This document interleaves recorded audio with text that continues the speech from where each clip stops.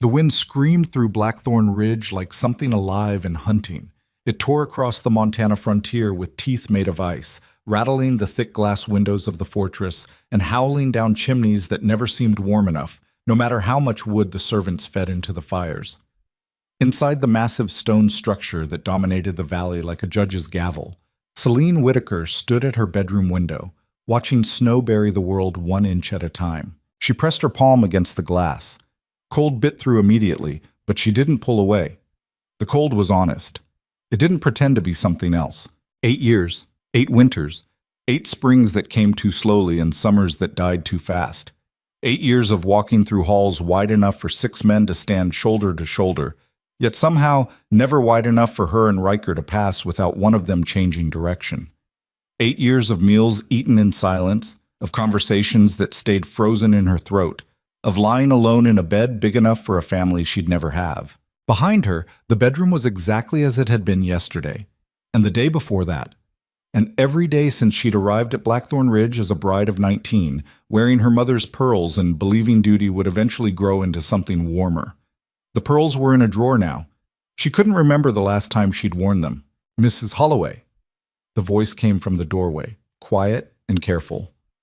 Martha, the head housekeeper, stood with her hands folded, her face weathered as the wooden beams holding up the fortress. "Dinner will be ready in an hour." Celine didn't turn from the window. "Will Mr. Holloway be joining us?" The pause told her everything. "He's asked for a tray in his study, ma'am. The Denver contracts need his attention." "Of course they do." Martha shifted her weight, uncomfortable. At 63, she'd served the Holloway family since Riker's mother was alive, back when the fortress had held laughter and noise and the chaos of children running through rooms that now stood empty. "Shall I set your place in the dining room, or would you prefer—" "My room is fine, Martha. Thank you." Another pause, then footsteps retreating down the hall, slow and somehow sad. Celine closed her eyes. The dining room was torture. A table built for 20 people, with her at one end and Riker at the other, so much distance between them that conversations required raising your voice like you were shouting across a canyon, and they never did. Shout, that is. They barely spoke at all. She used to try. God knows she tried. Those first months, she'd asked about his day, about the ranch operations, about the men who worked the land and the cattle that meant more to the Holloway fortune than gold. She'd offered opinions on the household, suggestions for improvements, ideas about hosting gatherings that might warm the fortress's reputation from feared to respected. Riker had listened with the same expression he wore when reviewing ledgers. Polite, distant, present in body, but absent everywhere else that mattered. Eventually, she stopped trying. The snow outside fell thicker now. Beyond the window, she could barely make out the shapes of the outbuildings, the stables, the bunkhouses where ranch hands lived, the smokehouse, the storage barns. Blackthorn Ridge wasn't just a home. It was a small kingdom carved out of wilderness by Riker's grandfather, expanded by his father, and now controlled by a man the entire valley watched with mixture of respect and fear. Riker Holloway. Land baron. Businessman. Survivor of a dozen range wars and twice as many attempts on his life. A man who'd built an empire on being harder than the next man, colder than the winter, and more ruthless than anyone willing to test him. And her husband. Celine turned from the window. Her bedroom was large, decorated in deep greens and gold that someone else had chosen before she arrived. A four-poster bed dominated one wall, carved from oak so dark it was almost black. A fireplace big enough to stand in took up another wall, flames dancing behind an iron screen. Thick rugs covered wood floors that still managed to be cold every morning. A vanity, a wardrobe, a writing desk she never used, 2 chairs positioned by the fire for conversations that never happened. A cage built from expensive materials. She walked to the vanity and looked at herself in the mirror. 27 years old. Dark hair that used to shine but now just hung there, pulled back because elaborate styles seemed pointless. Brown eyes that used to hold hope but now mostly reflected tiredness. A face that hadn't forgotten how to smile but rarely had reason to remember. The town called her beautiful. She'd heard the whispers when she accompanied Riker to settlements during those early years, before she learned that her presence at his side made him tense and irritable.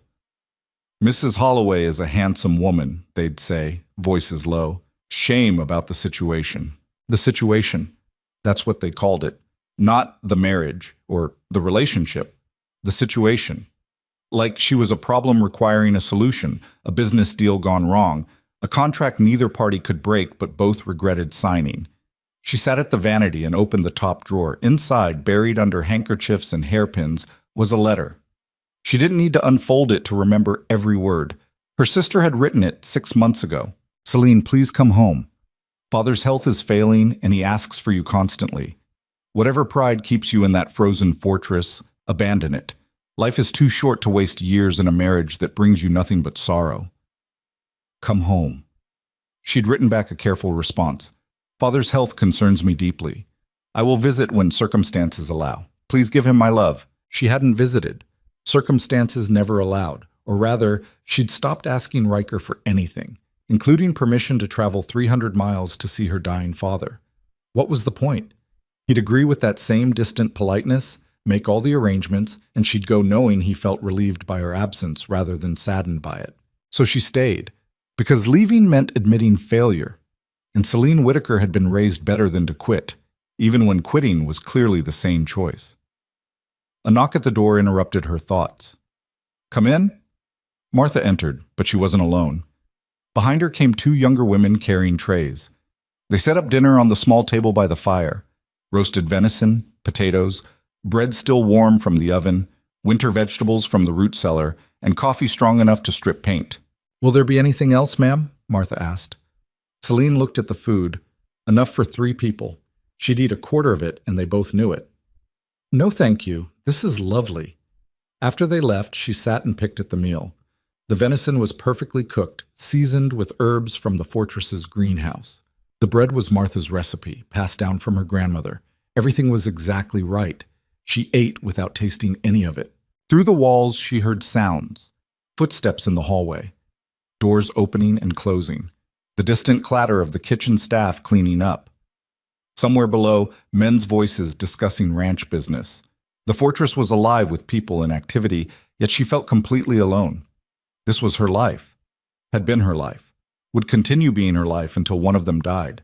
The thought arrived with startling clarity. That's how this ended. Death. Not divorce. Impossible for people like them. People with family names that meant something and reputations to protect. Not separation. Equally impossible when your husband owned everything within 100 miles and controlled the economy of every settlement in the valley.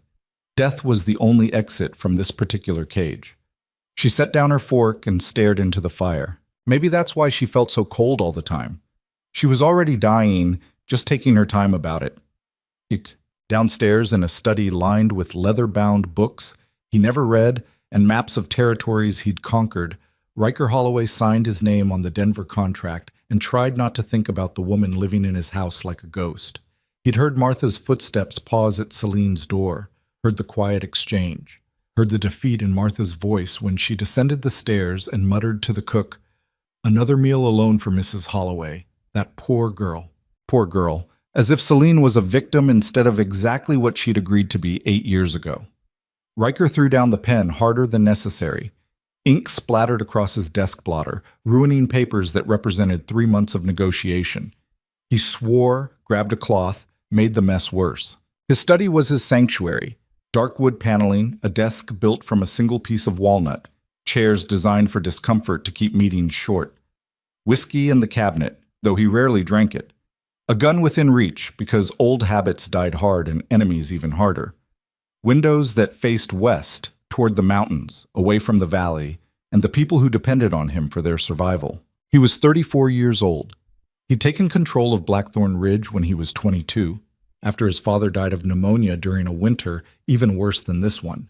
He'd expanded the operation, added 3,000 acres, established trade routes, survived 2 range wars and an assassination attempt that left him with a scar above his left kidney.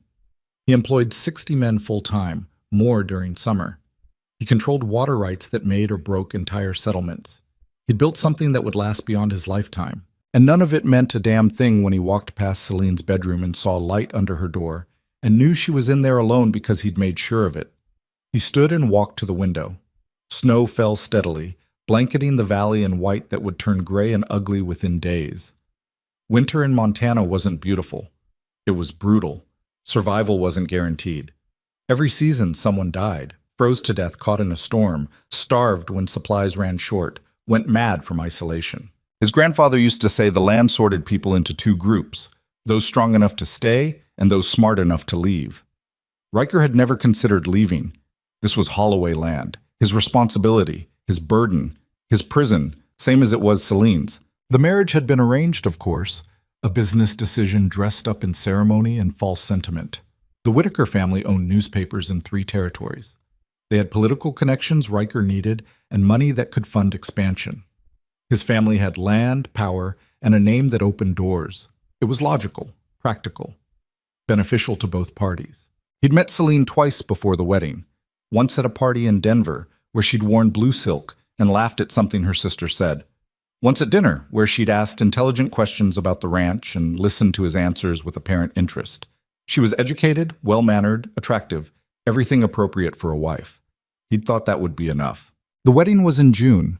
She arrived at Blackthorn Ridge in a carriage loaded with trunks, wearing traveling clothes and a smile that didn't quite hide her nervousness. He'd given her a tour of the fortress, introduced her to the staff, shown her the bedroom that would be hers. Hers, not theirs. That first night, he'd stood outside her door for 15 minutes, trying to figure out what he was supposed to do. He'd been with women before. Ranch towns had saloons and women who worked in them, and he wasn't a saint. But this was different. This was his wife. This was supposed to mean something. He'd knocked. She'd opened the door in a white nightgown, her hair down, looking younger than 19, looking scared.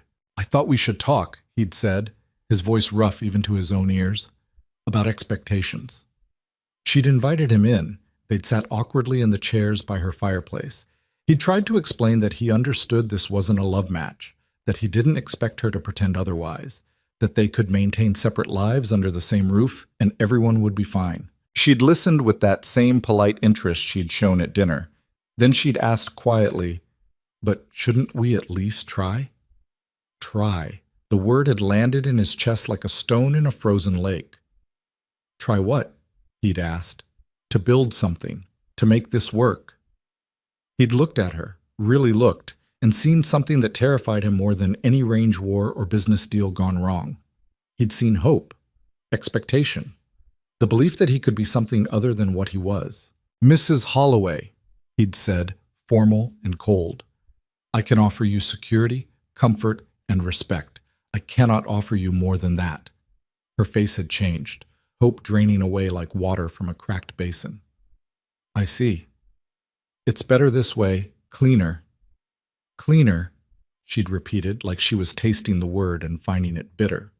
He'd stood. "If you need anything, tell Martha. Good night." He'd left before she could respond, closed himself in his own bedroom down the hall and poured whiskey he didn't drink while staring at walls and wondering why doing the right thing felt so wrong. That was 8 years ago. The pattern established that first night had held. They lived in the same house, ate meals separately, spoke only when necessary, maintained appearances in public. She ran the household with quiet efficiency. He ran everything else. They were polite, civil, strangers. And the whole valley whispered about why she'd never given him an heir. Riker turned from the window and poured that whiskey now. Drank it in one swallow, poured another. The truth was worse than the rumors. They whispered that she was barren, or that he was cruel, or that she took preventatives. The reality was simpler and more pathetic. They'd never once been together as husband and wife.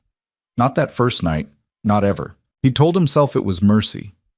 She hadn't wanted to be here, hadn't wanted him. Forcing himself on her would have made him no better than the brutal men he despised. So he'd stayed away, maintained distance, kept everything cold and clean and uncomplicated. Except it hadn't stayed uncomplicated. Somewhere along the way, distance had calcified into something harder.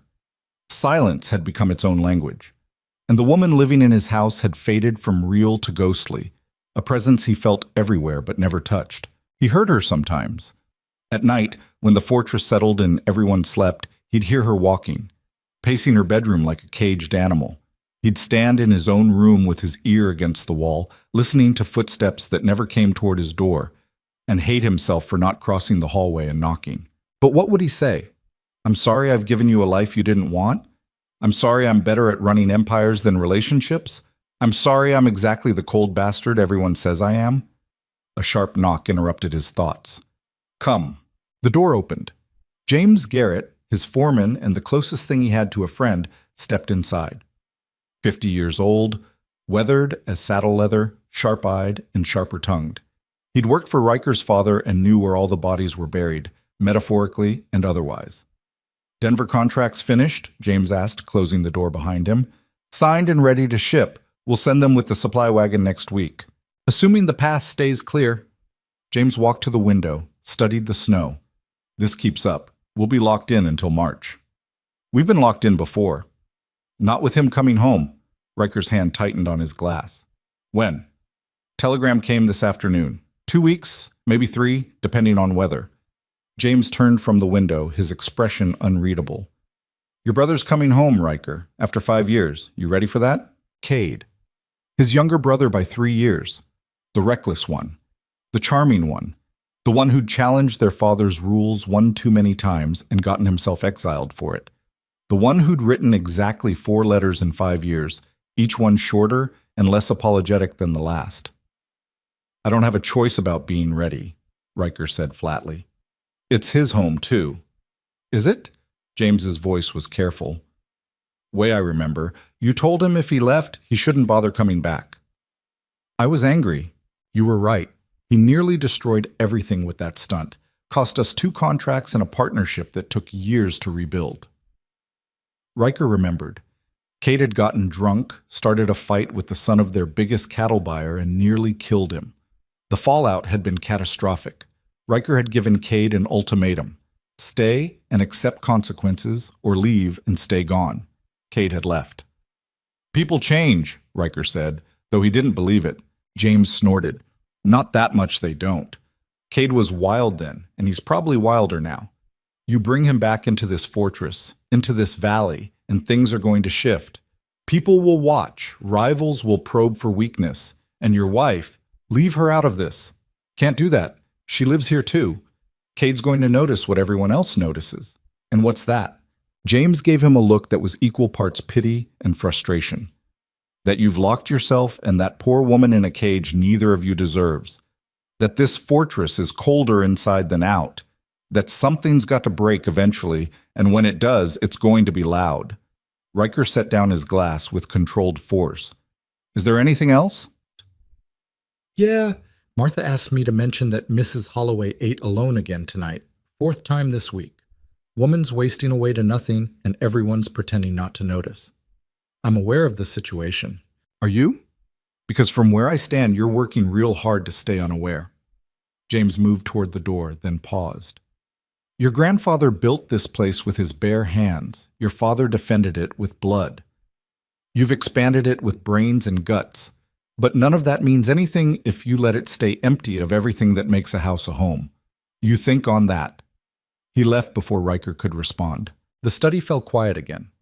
Riker stood alone with his whiskey and his contracts and the sound of snow hitting windows. James was wrong. The fortress wasn't empty. It was full of staff, of history, of purpose. But as Riker stood there listening to the wind howl and the old building creak, he couldn't shake the feeling that James was also right. Besides, 3 floors above Riker's study, in a narrow bedroom in the servants' wing, Martha sat on her bed and wrote a letter she'd never send. Dear Mrs. Holloway's mother, your daughter is dying. Not quickly, not obviously, but dying all the same. She walks these halls like a woman already buried, and none of us knows how to save her. I've served this family for 40 years. I watched Riker grow from boy to man, and he's the finest employer I've ever had. Fair, generous, honorable in every way except one. He doesn't know how to love. Maybe nobody taught him. Maybe the frontier beat it out of him. Maybe he's scared of it. I don't know. But I watch him pretend not to watch her, and I watch her pretend not to hope he's watching, and I'm too old and too tired to keep witnessing this particular slow-motion catastrophe. Something's got to give. Cade's coming home, and that boy's always been gasoline looking for a match. When he sees what's happening here, he's going to light fires nobody's prepared to handle. I'm afraid of what happens next, but I'm more afraid of what happens if nothing changes at all. She folded the letter and tucked it into her Bible, where she kept all the letters she wrote and never sent. Then she prayed, not to save the marriage, but to save the people trapped inside it before the cold claimed them both. Tick. The storm intensified overnight. By morning, snow had drifted 6 feet high against the fortress walls, and the temperature dropped low enough that water left in basins froze solid. The staff moved through their routines, feeding fires, preparing meals, tending animals in the barn, with the grim efficiency of people who'd survived worse winters and knew better than to complain. Celine woke to find frost patterns on her windows so thick she couldn't see outside. For a moment, wrapped in blankets and half asleep, she let herself imagine she was somewhere else, somewhere warm, somewhere she mattered. Then Martha knocked, and reality reasserted itself. "Good morning, ma'am. I've brought breakfast and hot water." Celine sat up. Her bedroom was cold despite the fire that had burned all night. "Thank you, Martha." The older woman set down a tray and began pouring water into the basin. "Storm's worse than expected. Mr. Holloway says we're not to send anyone to the settlements until it passes." "Is everyone accounted for? All staff present and safe? Animals are secure? We have supplies for 3 months if needed." 3 months. Trapped in the fortress with Riker and silence and walls that pressed closer every day. "Ma'am?" Martha's voice softened. "Are you well?" Celine looked at her, really looked.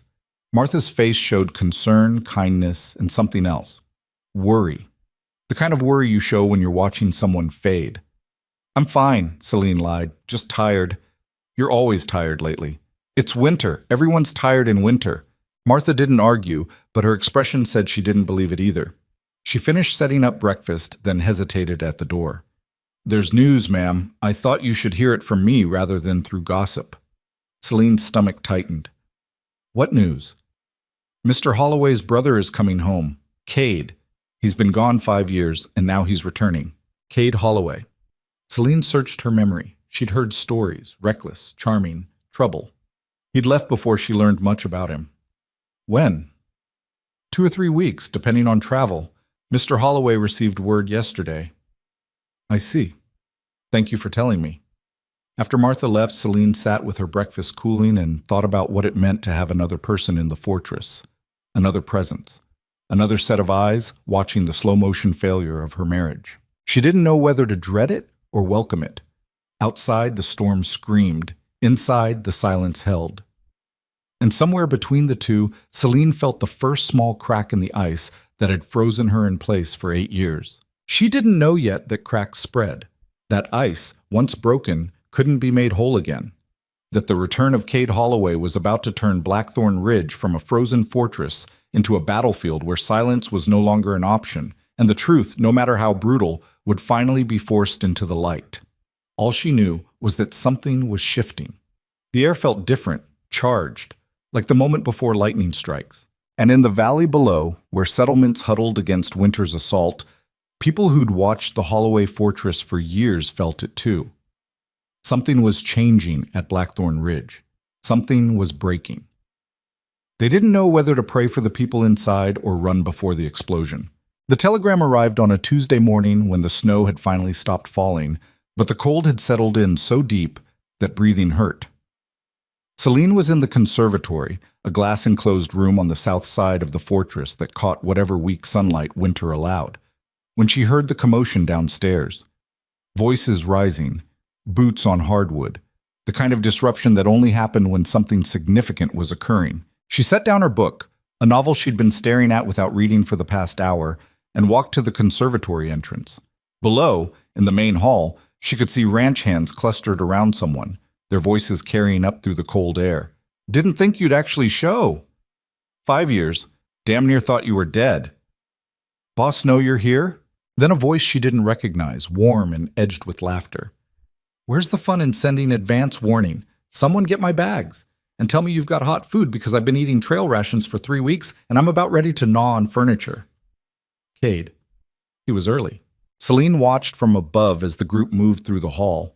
She caught glimpses, a tall figure in a heavy coat, dark hair, longer than was fashionable, easy movements that spoke of confidence or recklessness, or both. The men around him seemed energized, like someone had lit a match in a room that had been dark too long.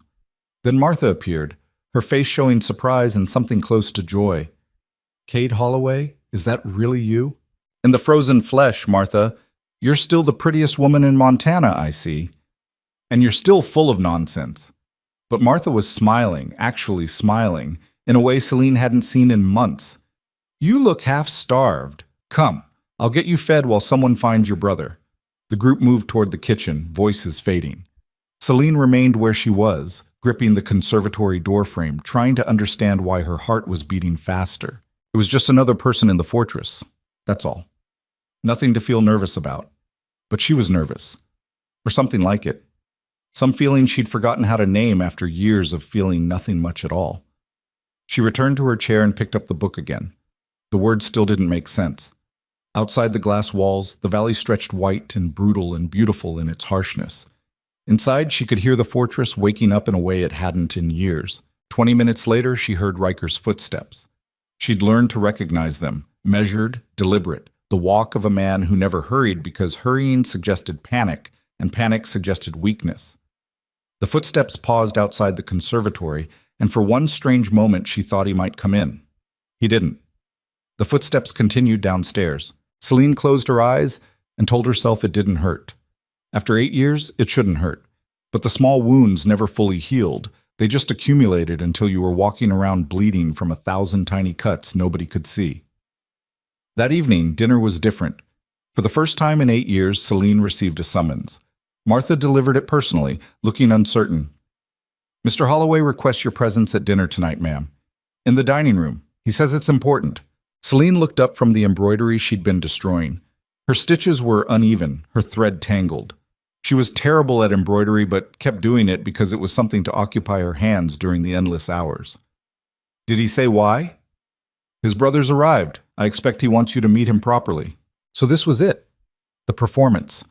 The dutiful wife appearing beside the powerful husband to present the illusion of a functional marriage.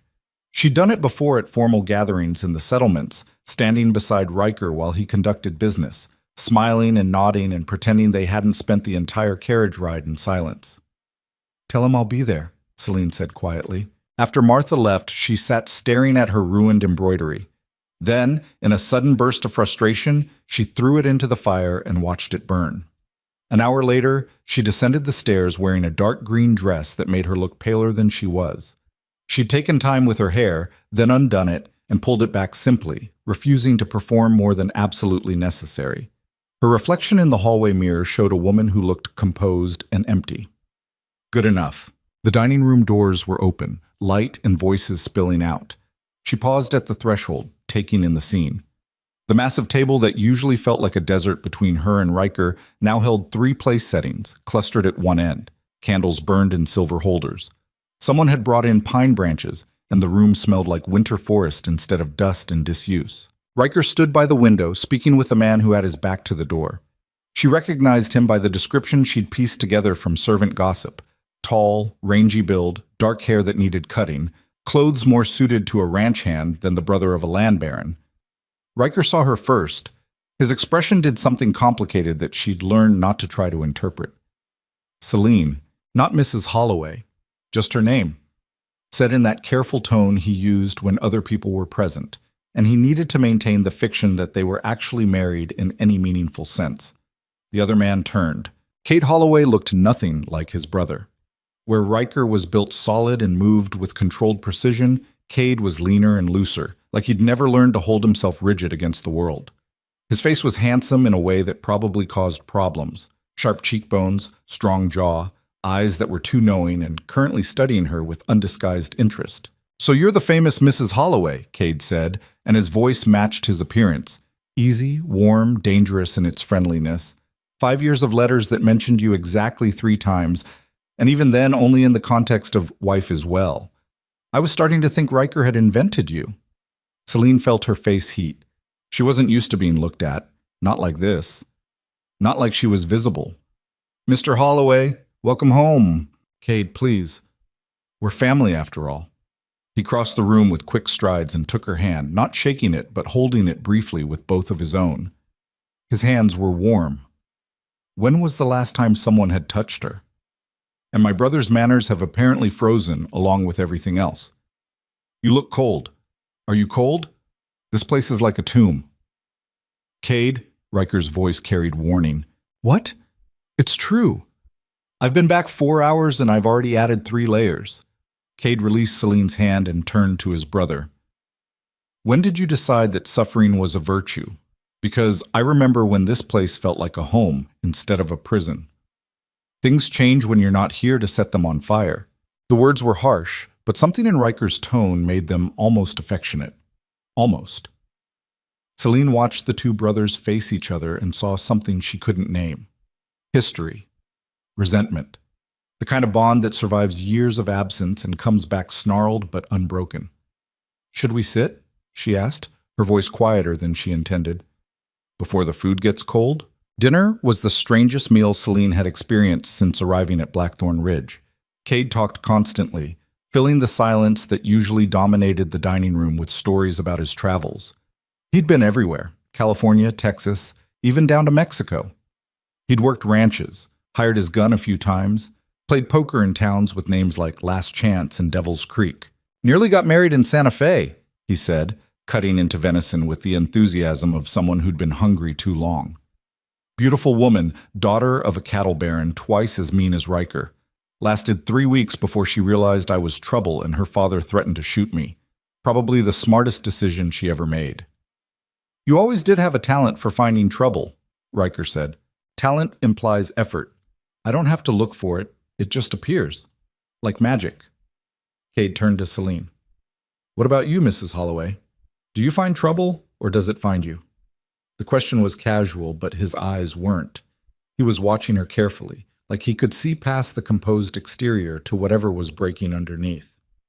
I avoid it, Celine said carefully. Trouble rarely leads anywhere productive. Depends on your definition of productive. Some of my best memories involve terrible decisions. Cade took a drink of wine, then added, though looking around this fortress, I'm guessing terrible decisions aren't encouraged here. They're not, Riker said flatly. Explains a lot. The tension that had been building snapped tighter. Celine felt it across the table, saw Riker's jaw tighten and Cade's smile sharpen. They were heading toward an argument, the kind that would turn dinner into a battlefield. How long are you planning to stay?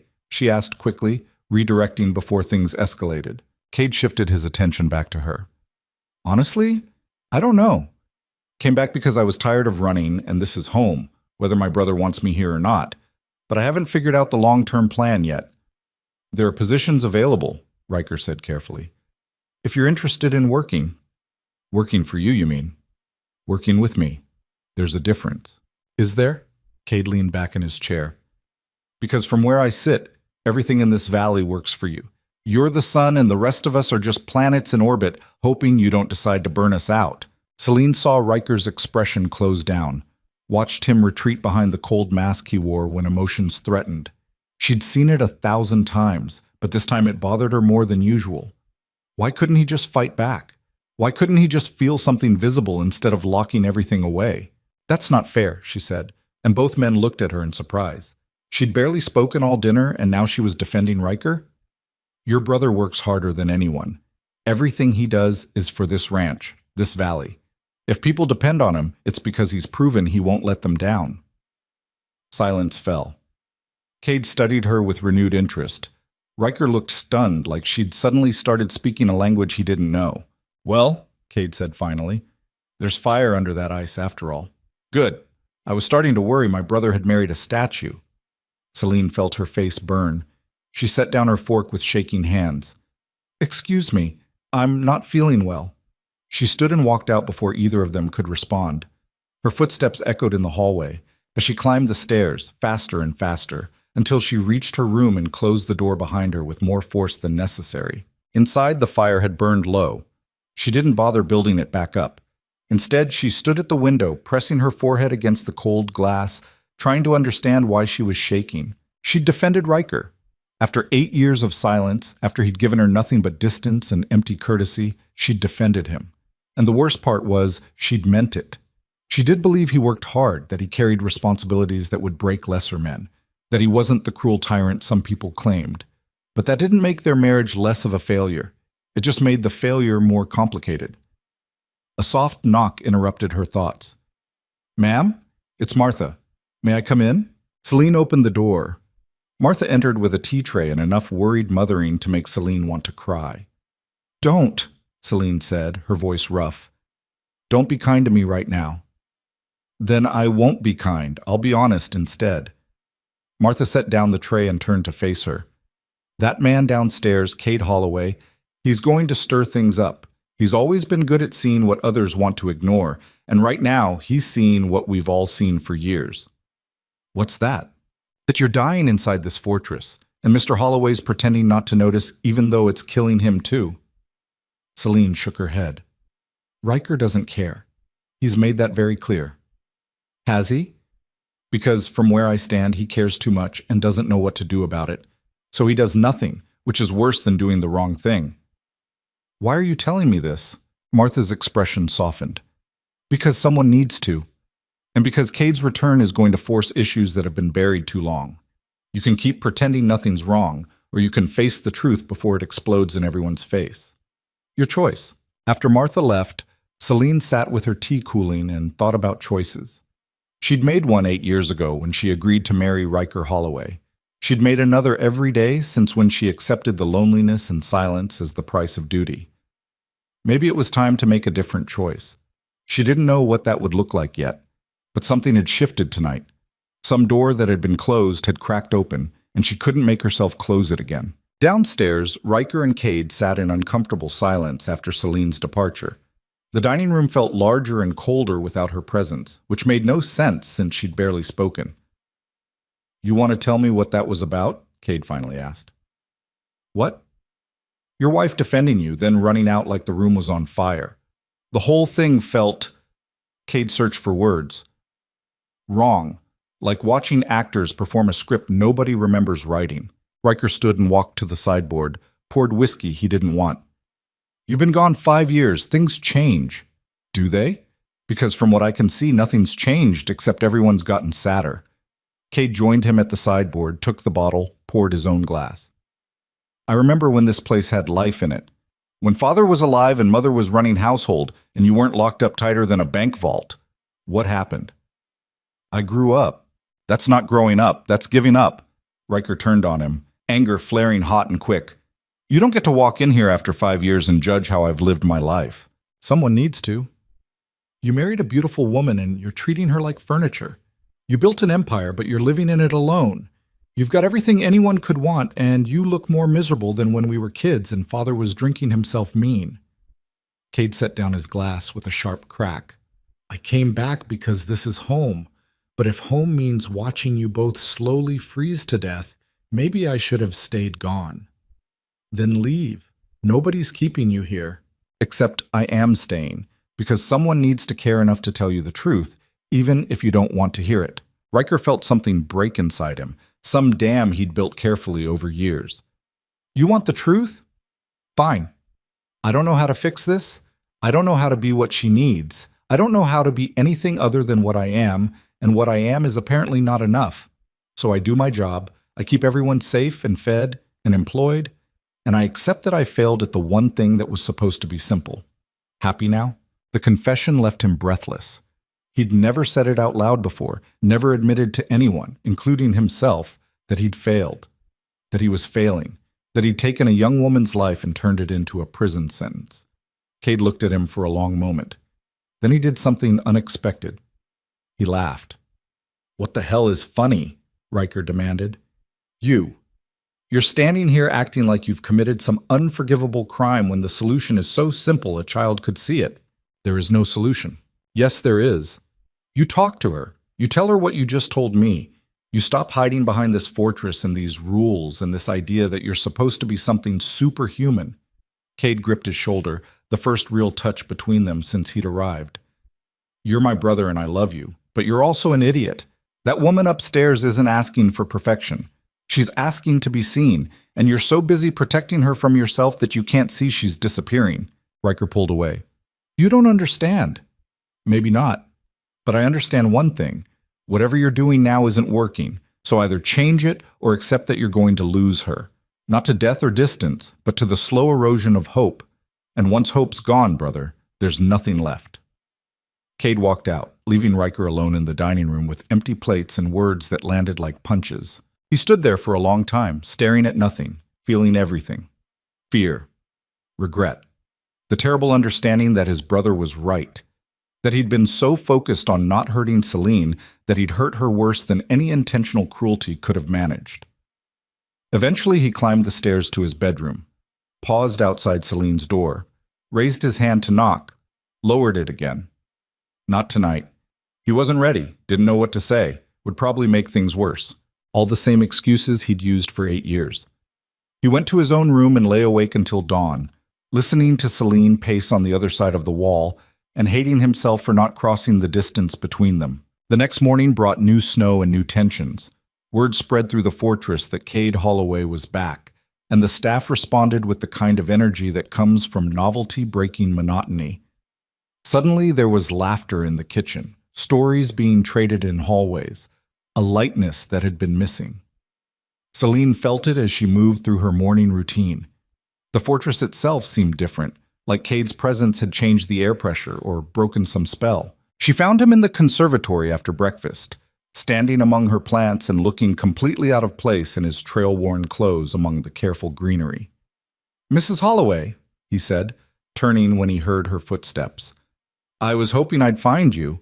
Wanted to apologize for last night." "You didn't do anything wrong. I made you uncomfortable, called you a statue, which was unforgivable." He walked toward her, his movements easy in the glass-walled space. "Truth is, I don't know you at all, but I know my brother, and I know when someone's unhappy. You seem unhappy." Celine should have been offended by his directness. Instead, she felt something close to relief. "Your brother and I have an arrangement. It's complicated." "Complicated how?" "Because from the outside, it looks pretty simple. Two people married who don't talk to each other, living in separate worlds under the same roof." "It's not that simple, isn't it?" Cade leaned against the workbench where she kept her gardening tools. "Look, I know I'm the reckless brother, the troublemaker, the one who left and stayed gone because staying was too hard, but I also know what it looks like when someone's given up hope. And last night, when you ran out of that dining room, I saw it." Celine turned away, focusing on a fern that needed trimming. "Why do you care?" "Because I don't like seeing people suffer when it doesn't have to be that way. And because Riker's my brother and watching him destroy himself over pride or fear or whatever's keeping him locked up is getting old." He paused. "Also because you defended him last night when you didn't have to, which means you still care. And if you still care, maybe there's something worth saving." "You make it sound easy." "I didn't say easy. I said possible. There's a difference." Celine set down her shears and faced him. "Your brother doesn't want to be saved. He's made that choice very clear for 8 years." "Has he? Or has he just been too scared to try?" Cade's expression turned serious. "I saw him after you left. He looked like someone had punched him, not angry, broken. Whatever he's telling himself about why your marriage is the way it is, he doesn't believe it anymore. If he ever did." Hope was dangerous. Celine had learned that lesson thoroughly, but Cade's words planted something anyway, some small seed that wanted to believe change was possible. "What do you suggest I do?" she asked quietly. "Stop accepting the silence. Stop pretending everything's fine. Start pushing back. Make him see you." Cade smiled slightly. "Or you could always run away with me. I'm heading to California eventually. Could use the company." She laughed despite herself. "That's your solution? Run away? Worked for me once, but honestly, no. You don't strike me as a runner. You strike me as someone who fights when pushed far enough. So maybe it's time to get pushed." Before Celine could respond, footsteps approached. Riker appeared in the conservatory doorway, his expression carefully neutral when he saw them together. "Cade, I need to speak with you about the North Range." "Now?" "Now." Cade glanced at Celine, then back at his brother. Something passed between them. Challenge, understanding, old grievances never fully resolved. "Sure. Let's talk about the North Range, or whatever you actually want to talk about." He followed Riker out, leaving Celine alone with her plants and her thoughts, and a feeling she couldn't quite name. It wasn't hope. Not yet. But it was something close. Something that felt like possibility wearing a disguise. That afternoon, the valley's rumor mill started churning. Cade made the mistake, or deliberate choice, of riding into the nearest settlement with 3 ranch hands. Within hours, word spread that the prodigal Holloway brother was back, that he was causing tension at the fortress, that Mrs. Holloway had been seen talking to him in private. None of it was accurate, but accuracy didn't matter when gossip was more interesting than truth. By evening, James Garrett appeared in Riker's study with news. The Blackwell clan's been asking questions. Riker looked up from the land surveys he'd been reviewing.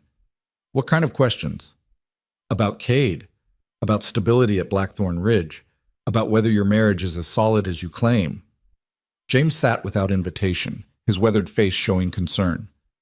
They're probing for weakness, testing whether the rumors about you and Mrs. Holloway are true. What rumors? The ones that have existed since she arrived and failed to produce an heir. That the marriage is a facade. That you're too cold or she's too barren, or you both made a mistake neither of you knows how to fix. James held up a hand before Riker could respond. I know they're lies, but lies repeated often enough start sounding like truth. And with Cade back stirring things up, people are watching closer. Riker felt rage building, the cold kind that made him dangerous. Let them watch. That's not enough anymore. The Blackwells own 3,000 acres bordering your western range. They've been trying to expand for years, and you've blocked them every time. Now they're seeing opportunity. Your brother returns after years of exile, your wife barely speaks to you in public, and you're acting like none of it matters. It doesn't matter. Our private life is private. Not when you're Riker Holloway. Not when half the valley depends on your stability to maintain their own. James leaned forward. I'm not saying you need to fix your marriage for politics. I'm saying that whether you like it or not, your personal life affects everything. And right now, people are doubting you for the first time in years. After James left, Riker sat in darkness and faced the truth. He'd spent 8 years telling himself that maintaining distance from Celine was merciful, that keeping their arrangement cold and professional protected them both. But mercy that looked like neglect was just cruelty with better branding. And protection that felt like abandonment didn't protect anything at all. He thought about walking upstairs, knocking on her door, finally saying the words that had been trapped in his throat for nearly a decade. Instead, he poured whiskey and worked until midnight, telling himself that tomorrow would be better, that he'd find the right moment, the right words.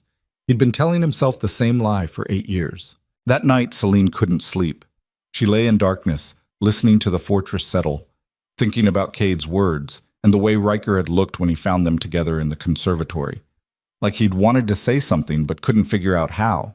She remembered the early days, those first weeks after she'd arrived when she still believed duty could become affection and arrangement could become partnership. She'd tried so hard, asked questions, offered companionship, reached out in every way she knew how. And Riker had met every attempt with polite distance, until eventually she'd stopped trying because rejection hurt less when you stopped hoping. But maybe she'd given up too easily. Maybe she'd accepted his silence as final when it was actually something else. Fear, like Cade suggested. Or maybe just ignorance, a man so used to controlling everything through strength that he didn't know how to handle something requiring softness. She heard footsteps in the hallway. Riker's footsteps, measured and heavy. They approached her door, stopped. She held her breath, waiting, hoping. One knock. That's all it would take. One knock and she'd open the door and maybe they could finally talk about the wreckage of their marriage instead of living in it. The footsteps continued past her door to his own room. The door closed with quiet finality. Celine rolled onto her side and stared at the wall between them. 8 years of that wall. 8 years of almost moments that never quite happened. 8 years of 2 people trapped in the same prison, each thinking they were protecting the other while actually just making everything worse. Something had to change. Cade was right about that much. But change required courage, and Celine wasn't sure she had any left. Survival had exhausted her. Hope had broken her. The idea of trying again, of opening herself up to more disappointment, felt impossible. But so did continuing like this. She fell asleep sometime before dawn, caught between resignation and rebellion, not knowing which side would win when she woke up. Not knowing that the choice was about to be made for her, because in 3 days a storm would hit that had nothing to do with weather and everything to do with the inevitable explosion when people who've been silent too long are finally forced to speak. 3 days after Cade's arrival, the Blackwell clan made their move. It started with a message delivered by a rider half frozen from traveling through morning snow. James brought it directly to Riker's study, his expression grim enough that Riker knew before opening the envelope that trouble had arrived wearing an official seal. The letter was brief and deliberately insulting. Thomas Blackwell, patriarch of the neighboring ranch and a man who'd resented Holloway dominance for 2 decades, was demanding a meeting to discuss boundary disputes and water rights that have been ignored too long. The subtext was clear. He thought Riker was distracted, weakened by personal problems, vulnerable enough to push. "He's testing you," James said, standing by the window. "Wants to see if the rumors about instability here have teeth." Riker read the letter again, searching for angles. The boundaries were settled 5 years ago. There's no dispute. There is if he decides to create one. And with spring coming, water rights are always contentious. James turned from the window. "He's picked his moment carefully. Your brother just returned. The whole valley's talking about your marriage, and you've been distracted enough that people noticed. He thinks you're off balance." "Then he's wrong." "Is he? Because from where I stand, you've been off balance for years. You've just been good at hiding it." The truth of that statement hit harder than Riker wanted to admit. He set down the letter with careful precision, fighting the urge to crumple it. "Set up the meeting. Here, not at his place. 3 days from now. Make sure he knows we're not coming to him." "You're bringing Mrs. Holloway?" The question surprised him. "Why would I bring her?" "Because Blackwell will have his wife there.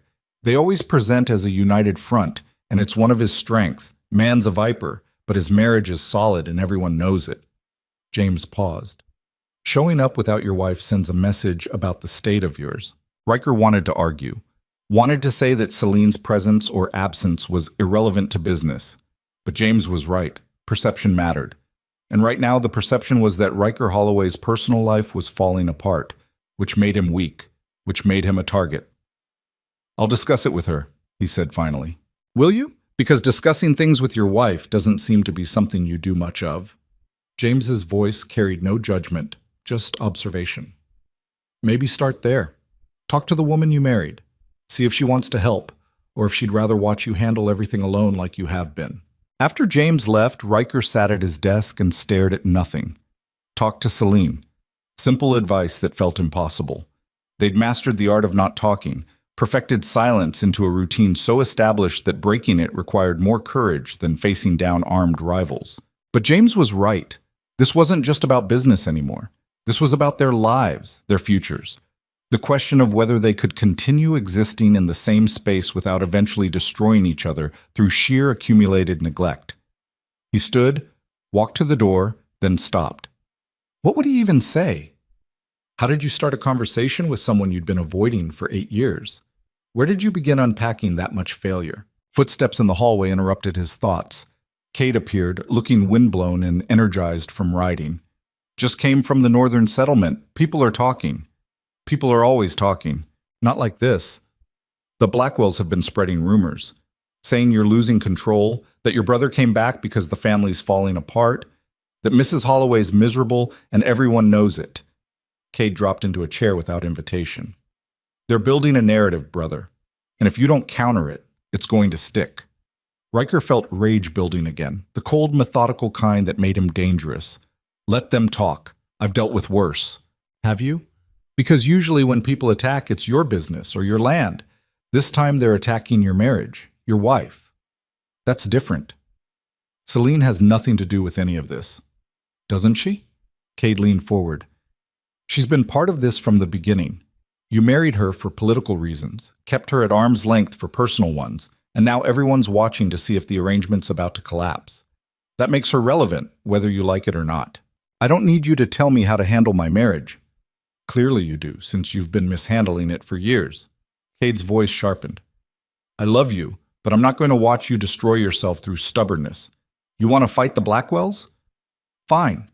But you can't do it while pretending your personal life doesn't matter.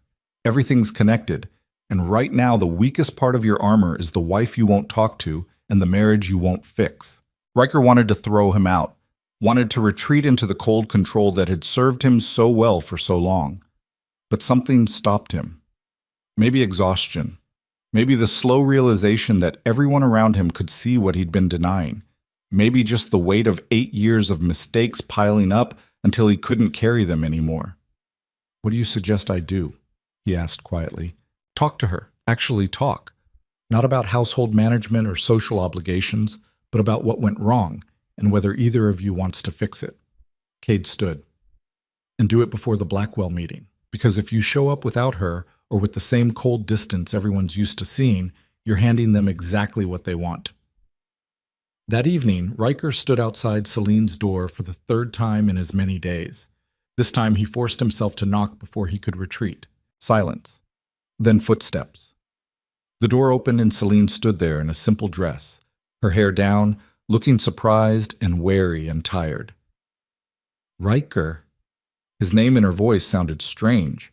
They were formal with each other, even in private, Mr. Holloway and Mrs. Holloway, like they were business associates instead of people who'd promised to build a life together. I need to speak with you, he said, his voice rougher than intended. May I come in? She hesitated, and in that pause he saw 8 years of disappointment, 8 years of doors that stayed closed and conversations that never happened. Then she stepped back. Of course. Her room looked the same as it always did, neat, organized, empty of personal touches beyond the minimum. It could have been a guest room except for the embroidery hoop on the chair and the book on the nightstand. Evidence of someone living there, but barely. He'd done this to her, reduced her to existing instead of living. There's a situation developing, he started, then stopped. This wasn't how he wanted to begin. Not with business, not with obligation. No, that's not... I need to say something first. Celine sat in one of the chairs by the fireplace, her hands folded in her lap, waiting, guarded. All right, I've been a coward. The words came out harsh, unpolished. He wasn't good at this. Didn't have practice confessing failure. 8 years ago, I told myself I was protecting you by keeping distance between us, that you didn't want this marriage any more than I knew how to have one, so the kind thing was to leave you alone. But I was wrong. I wasn't being kind, I was being afraid. And I let that fear turn into habit, and habit into years, until we ended up here. Living separate lives, barely speaking, pretending we have a marriage when we both know it's a lie. Celine stared at him like he'd started speaking another language. Her composure cracked, showing something raw underneath. Why are you saying this now? Because I can't keep pretending anymore. Because the Blackwells are using our situation as ammunition. Because my brother came home and pointed out what everyone's been too polite to say directly, that we're both miserable, and it's my fault. It's not just your fault. Her voice was quiet but steady. I could have fought harder, could have refused to accept the distance. But I was young and scared, and eventually I just gave up. We both did. Riker moved closer, not sitting but standing near enough that she had to look up to meet his eyes. I don't know how to fix this. I don't know if it can be fixed. But I know that continuing like we have been is killing us both. You're wasting away in this fortress, and I'm watching it happen while telling myself there's nothing I can do. That's unacceptable. What changed? She asked. Why now, after all this time? Cade, the Blackwells, everything happening at once. But mostly, he stopped, searching for honesty. Mostly watching you defend me at dinner when you had no reason to. Realizing you still care enough to be angry, which means maybe there's something left to salvage. Celine stood, and he saw she was shaking slightly. You want to know what changed for me? I'll tell you. I stopped hoping. I buried the parts of me that wanted more than duty and obligation and empty courtesy. I learned to live small because living any other way in this house felt impossible. And now you're standing here saying we should try to fix things, and I don't know if I can survive hoping again. The pain in her voice cut deeper than any blade. Riker had seen violence, had watched men die, had carried burdens that would have broken others. But hearing his wife describe how their marriage had slowly murdered her hope was worse than anything he'd experienced. I'm not asking you to hope, he said carefully. I'm asking if you're willing to fight, not for what we were supposed to be, but for what we might become if we stop hiding from each other. And if we fail, then at least we'll fail honestly instead of living this lie. He paused, then added what scared him most. The Blackwells want a meeting in 3 days. They're testing our stability, looking for weaknesses. James says I should bring you, show a united front, but I won't ask you to perform for politics if you can't stand to be near me. That's your choice. Celine was quiet for a long moment, her expression unreadable. Then she said something that surprised him. I'll go. Not because of the Blackwells or Valley politics, but because I'm tired of hiding too. If we're going to fail, I'd rather fail trying than fail by doing nothing. Something eased in Riker's chest. Not hope. He didn't deserve that yet. But maybe the possibility of hope. The first crack in 8 years of ice. Thank you, he said quietly. Don't thank me yet. We don't know if this changes anything. She wrapped her arms around herself, a gesture of protection. You should go. I need time to think. He wanted to stay, wanted to keep talking, to say all the things he'd left unsaid for years. But pushing now would be a mistake. Small steps. That's all he could ask for. Good night, Celine. Good night. He left, closing the door behind him, and stood in the hallway feeling more unsteady than he had in years. The conversation had gone better and worse than expected. Better because she'd agreed to try. Worse because he'd seen clearly what his cowardice had cost her. 3 doors down, Cade stepped out of his own room, clearly having heard everything through the thin walls. That's a start? You were listening? Hard not to. Fortress has terrible acoustics. Cade walked over, his expression serious for once.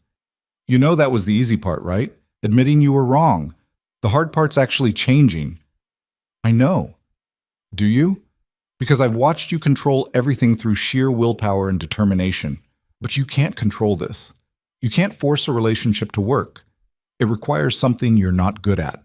Vulnerability. Letting someone see you fail. Riker leaned against the wall, suddenly exhausted. Why did you really come back, Cade? Honestly? I missed home. Missed family. Spent 5 years running and realized I was just running in circles. Cade smiled slightly. Also, maybe I wanted to see if my cold, controlled brother was actually human underneath all that armor. Turns out you are. That's progress. Doesn't feel like progress. Feels like everything's falling apart. Maybe it needs to fall apart before you can rebuild it properly. Cade clapped his shoulder. Get some sleep. You look terrible. After Cade left, Riker went to his room but didn't sleep. He lay awake listening to sounds from Celine's room, movement, footsteps, the window opening briefly, then closing again. She was restless too. Both of them trapped in separate rooms, separate lives, trying to figure out if 8 years of mistakes could be undone or if they'd waited too long. Morning arrived gray and cold. Word had spread about the upcoming Blackwell meeting, and the fortress buzzed with nervous energy. Ranch hands speculated about what Thomas Blackwell wanted. Kitchen staff gossiped about whether Mrs. Holloway would attend. Everyone could sense something building, some confrontation that would settle more than just business disputes. Celine spent the morning in the conservatory, pretending to tend plants while actually trying to understand what she'd agreed to. Fighting for a marriage that had never really existed. Standing beside a man who'd kept her at distance for 8 years. Opening herself up to more disappointment. She must be losing her mind. You're going to kill that fern if you keep cutting it, Martha said from the doorway. Celine looked down. She'd trimmed the same branch 3 times, leaving it bare and damaged. I'm distracted. So I see. Martha entered with tea and the kind of knowing expression that made Celine both grateful and uncomfortable. Heard Mr. Holloway visited your room last night. Long conversation according to the staff who weren't supposed to be listening. News travels fast. Always does in this place. Too many people with too little to occupy them except other people's business. Martha set down the tea tray. You going to tell me what happened, or should I rely on gossip? Celine set down her shears and faced the older woman who'd been more mother than employer for 8 years. He apologized. Said he'd been a coward. Asked if I was willing to try to fix things. And I said yes, even though I don't know what that means or how to do it, or if it's even possible after this much time. Martha sat in the other chair, moving with the careful precision of someone whose bones ached in cold weather. Love me or hate me for saying this, but I'm going to anyway. That man upstairs has made mistakes, big ones. But he's trying now, and trying counts for something. Question is whether you can meet him halfway, or if you're too hurt to risk it. I don't know if I can trust him. Then don't. Not yet. Trust has to be earned back, and that takes time. Martha poured tea with steady hands. But you can choose to stop actively retreating. That's not the same as trusting. That's just stopping the bleeding long enough to see if healing's possible. Celine took the offered tea and thought about bleeding. She'd been bleeding for years, small wounds that never closed, accumulating until she felt empty. The idea of stopping that process, even without guarantees of healing, was tempting in a way she didn't want to examine too closely. "The Blackwell meeting's in 3 days," she said quietly. "Riker wants me there. A united front." "And you'll go?" I said I would. She sipped tea that was too hot, welcoming the burn. "Though I suspect I'll regret it. These things never go well." Martha smiled slightly. "Maybe this time will be different. Stranger things have happened." That afternoon brought the first sign that strange things were indeed happening. Celine was in the library, searching for a book she'd never read, when she encountered Riker doing the same thing. They both froze, caught in the awkwardness of sharing space without the usual escape routes available. "I didn't realize you were in here," Riker said, his hand still on a shelf. "I can leave." "No, He stopped, visibly struggled with something, then said, "I'd like it if you stayed. If you're comfortable with that." Comfortable was a strong word, but Celine nodded and continued browsing, acutely aware of him across the room. They existed in silence for several minutes, the kind that usually felt oppressive but now just felt uncertain.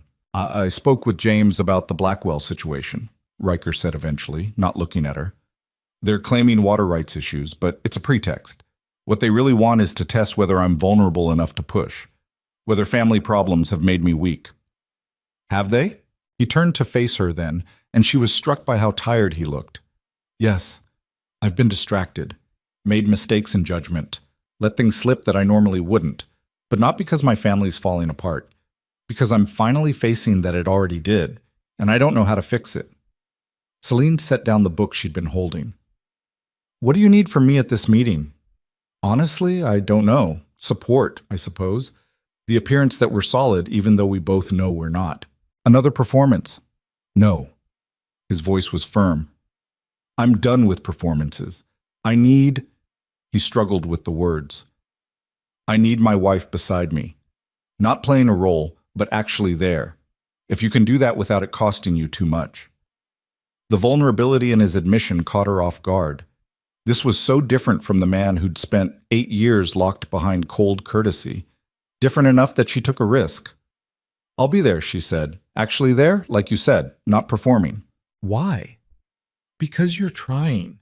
Because I'm tired of being angry. Because maybe Cade's right, and we've been so busy protecting ourselves that we forgot we're supposed to be on the same side."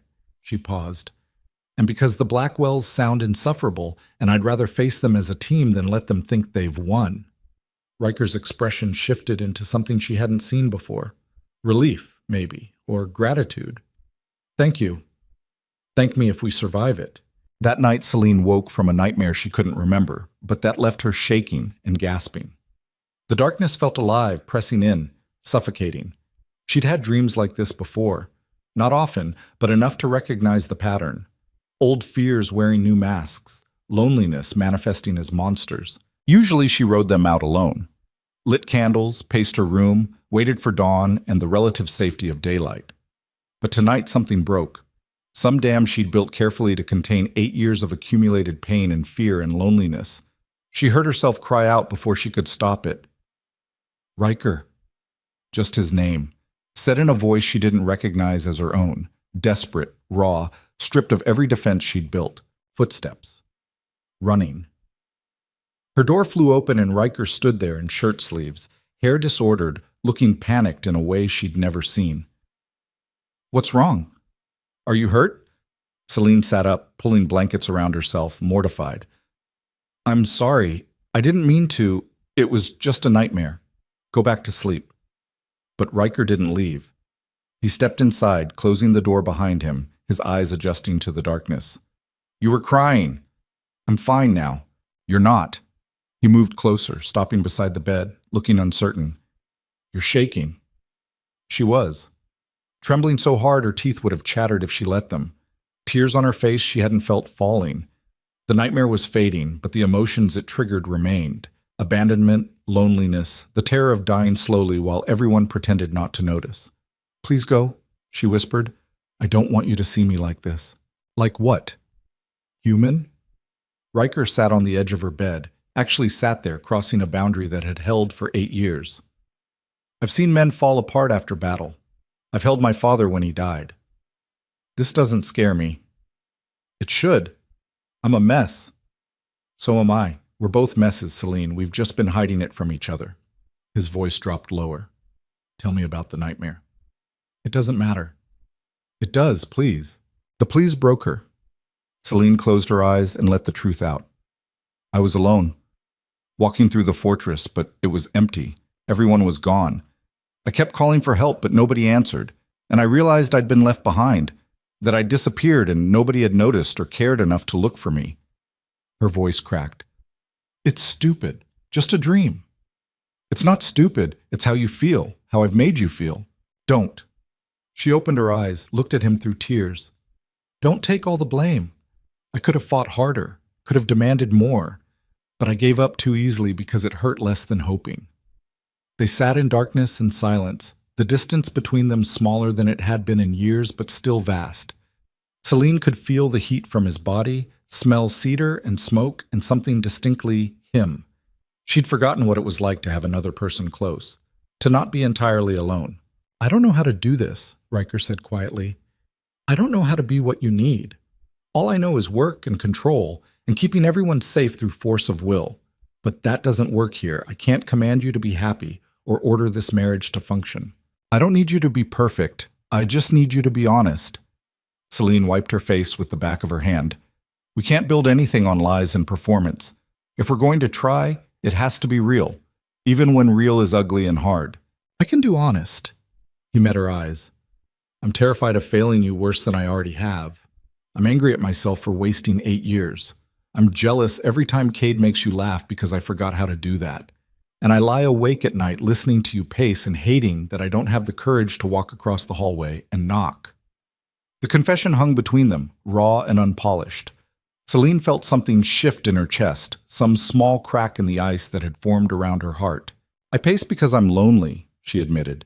Because this room feels like a cage and I keep hoping something will change, but nothing does. Or didn't until 3 days ago. What changed 3 days ago? Your brother came home, and he looked at me like I was visible instead of furniture. And you looked at him looking at me, and for the first time in 8 years, I thought maybe you noticed I was here.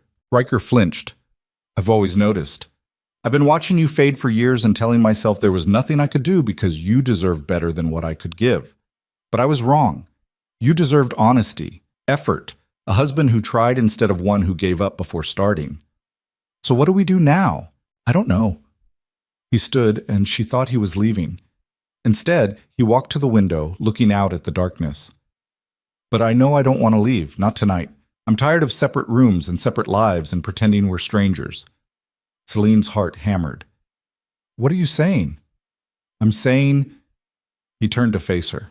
I'm saying I want to stay. Not for anything except being here, being present, stopping the pattern of walking away because it's easier than staying. She should have said no. Should have protected herself from more potential hurt. But the loneliness was worse than the risk, and his honesty deserved honesty in return. Stay, she whispered. Riker returned to the chair beside her bed and settled into it with visible awkwardness. They'd never done this, shared space in darkness, been in the same room without purpose or agenda. It felt strange and tentative and somehow more intimate than anything physical could have been. Tell me something true, Celine said after a moment. Something you've never told anyone. He was quiet for so long she thought he wouldn't answer. Then, I was relieved when you stopped trying to talk to me.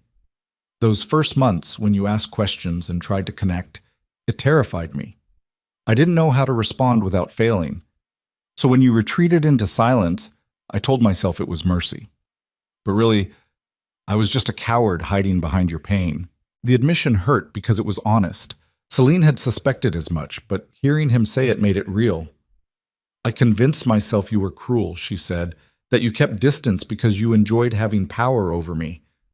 But I think maybe you were just scared, and I was too proud to see it. We've wasted a lot of time. Yes. Can we? He stopped, started again. Can we stop wasting it? Even if we don't know where this goes? Celine looked at him in the darkness, this man she'd married and never known, and made a choice that terrified her. We can try. They talked until dawn broke gray and cold over the valley. Small things at first. Books they'd read. Places they'd traveled before marriage trapped them both. Memories from childhood that shaped who they'd become. Then deeper things. His father's death and the weight of responsibility that fell on shoulders too young. Her sister's letters begging her to come home and the shame of admitting failure. The years of loneliness, the accumulated hurts, the slow erosion of hope. By the time morning light filtered through her windows, they'd said more to each other than in 8 years combined. It wasn't fixed, nothing that broken could heal in one night, but it was a start. The first honest conversation in a marriage built on lies and maintained through silence. Martha found them that way when she brought morning tea. Riker asleep in the chair beside Celine's bed, still in his shirt sleeves. Celine awake but calmer, watching him with an expression Martha hadn't seen in years. The older woman set down the tray without comment, though her smile said everything. When Riker woke an hour later, stiff and disoriented, he found Celine sitting by the window with tea and morning light making her look younger than she had in years. "Good morning," she said, and it was the first time those words between them had felt like something other than obligation. "Good morning." He stood, bones protesting. I need to go. I know, you have work." She smiled slightly. "So do I, but maybe tonight we could talk again? If you want." "I want." The answer came quick and certain. "I'll be here." After he left, Celine sat with her cooling tea and thought about small miracles. One conversation didn't fix 8 years of damage. One night didn't rebuild trust. But it was something. A foundation they could build on if they were brave enough to keep trying. The fortress felt different that morning. Word spread quickly that something had shifted. Staff whispered about Mr. Holloway leaving Mrs. Holloway's room at dawn. Kate heard and smiled knowingly. James heard and hoped it meant his employer was finally waking up to what mattered. And in the valley below, Thomas Blackwell received reports that Riker Holloway seemed distracted, possibly vulnerable, definitely worth pushing. The meeting was still 2 days away. 2 days for Celine and Riker to figure out if one honest conversation was enough to face their enemies together. 2 days to see if 8 years of silence could transform into partnership. Neither of them knew yet that the Blackwell meeting would be the least of their concerns. That sometimes breaking meant breaking all the way down before you could rebuild. That the storm approaching had nothing to do with water rights or land disputes, and everything to do with the brutal cost of choosing to fight for something when surrender would be so much easier. All they knew was that something had changed. The ice had cracked, and underneath, after 8 years of frozen silence, there was finally fire. By noon, the entire valley knew something had shifted at Blackthorn Ridge. Ranch hands carried the story to settlements during supply runs. Merchants speculated in general stores. Even the rival families who'd spent years waiting for Holloway weakness to exploit sensed the change and didn't know what to make of it. Riker Holloway, the man who'd maintained iron control over his empire and his emotions for a decade, had spent the night in his wife's room. Not conducting business, not maintaining appearances. Just being there, which was somehow more significant than any grand gesture could have been. Thomas Blackwell heard the news while breaking his morning fast and threw his coffee cup hard enough to shatter it against the stone fireplace. His wife, Margaret, watched the display with the weary patience of someone who'd witnessed 30 years of her husband's temper. "Control yourself," she said mildly. "Breaking dishware won't change anything. He's playing us." Thomas paced like a caged animal, his thick frame radiating frustration. Holloway's not distracted. He's consolidating, making himself look vulnerable while actually shoring up the one weakness we could exploit. His marriage was never our concern. His land is. Everything's connected with men like him. A stable home means stable leadership. If he's repaired things with his wife, it means he's paying attention again, which means our window for pushing boundary disputes just closed. Margaret set down her own cup with deliberate calm. "Then we push anyway." He agreed to the meeting. "We have witnesses to water rights violations going back 3 seasons. Either he concedes the disputed acres or we take it to territorial court, and court battles cost time and money even when you win." Thomas stopped pacing and looked at his wife with grudging respect. She had a mind for strategy that matched his own, which was why their marriage worked when so many others failed. They were partners in every sense, united in ambition and ruthlessness. "You think he'll bring her to the meeting?" "If he's smart, he will." Show a united front, prove the rumors wrong. Make us look like we're attacking a solid foundation instead of exploiting cracks. Margaret stood and smoothed her skirts. Which is why we bring everything. Documents, witnesses, pressure from every angle. Make it clear this isn't about his personal life. It's about business he's neglected while sorting his household. And if that doesn't work, then we make it work. One way or another, we're getting those 300 acres. Holloway's controlled water access too long, and this winter showed how vulnerable that makes everyone downstream. She walked to her husband, placed a hand on his arm. This is about our survival, Thomas, not revenge or pride. Remember that. He nodded, but his expression remained hard. Men like Riker Holloway didn't give up ground easily. This meeting would be a battle, and battles required weapons. If the Holloways wanted to present a united front, fine. He'd find a way to fracture it. Back at Blackthorn Ridge, Celine was discovering that one honest conversation didn't magically repair 8 years of damage. She'd woken feeling hopeful, which was dangerous in itself. Hope made you vulnerable. Hope meant caring about outcomes instead of just surviving them. She was in the conservatory again, her refuge, the one space in the fortress that felt like hers, when Cade found her. He entered with the casual ease of someone who'd decided social niceties were optional, carrying 2 cups of coffee and wearing a knowing smile. "Heard you had an eventful night," he said, handing her one of the cups. Celine felt her face heat. "The staff talk too much. Always have. It's what makes this place interesting." Cade settled onto the workbench, completely at ease among the plants and dirt. "For what it's worth, I'm glad. About you and Riker, I mean. Watching you two dance around each other was getting exhausting. It's not fixed. We just talked. Talking's how you start. Everything else builds from there." He sipped his coffee, studied her over the rim. "You scared?" "Terrified." The admission came easier than expected. Maybe because Cade had a way of making honesty feel safe. "I don't know if I can trust him not to retreat again.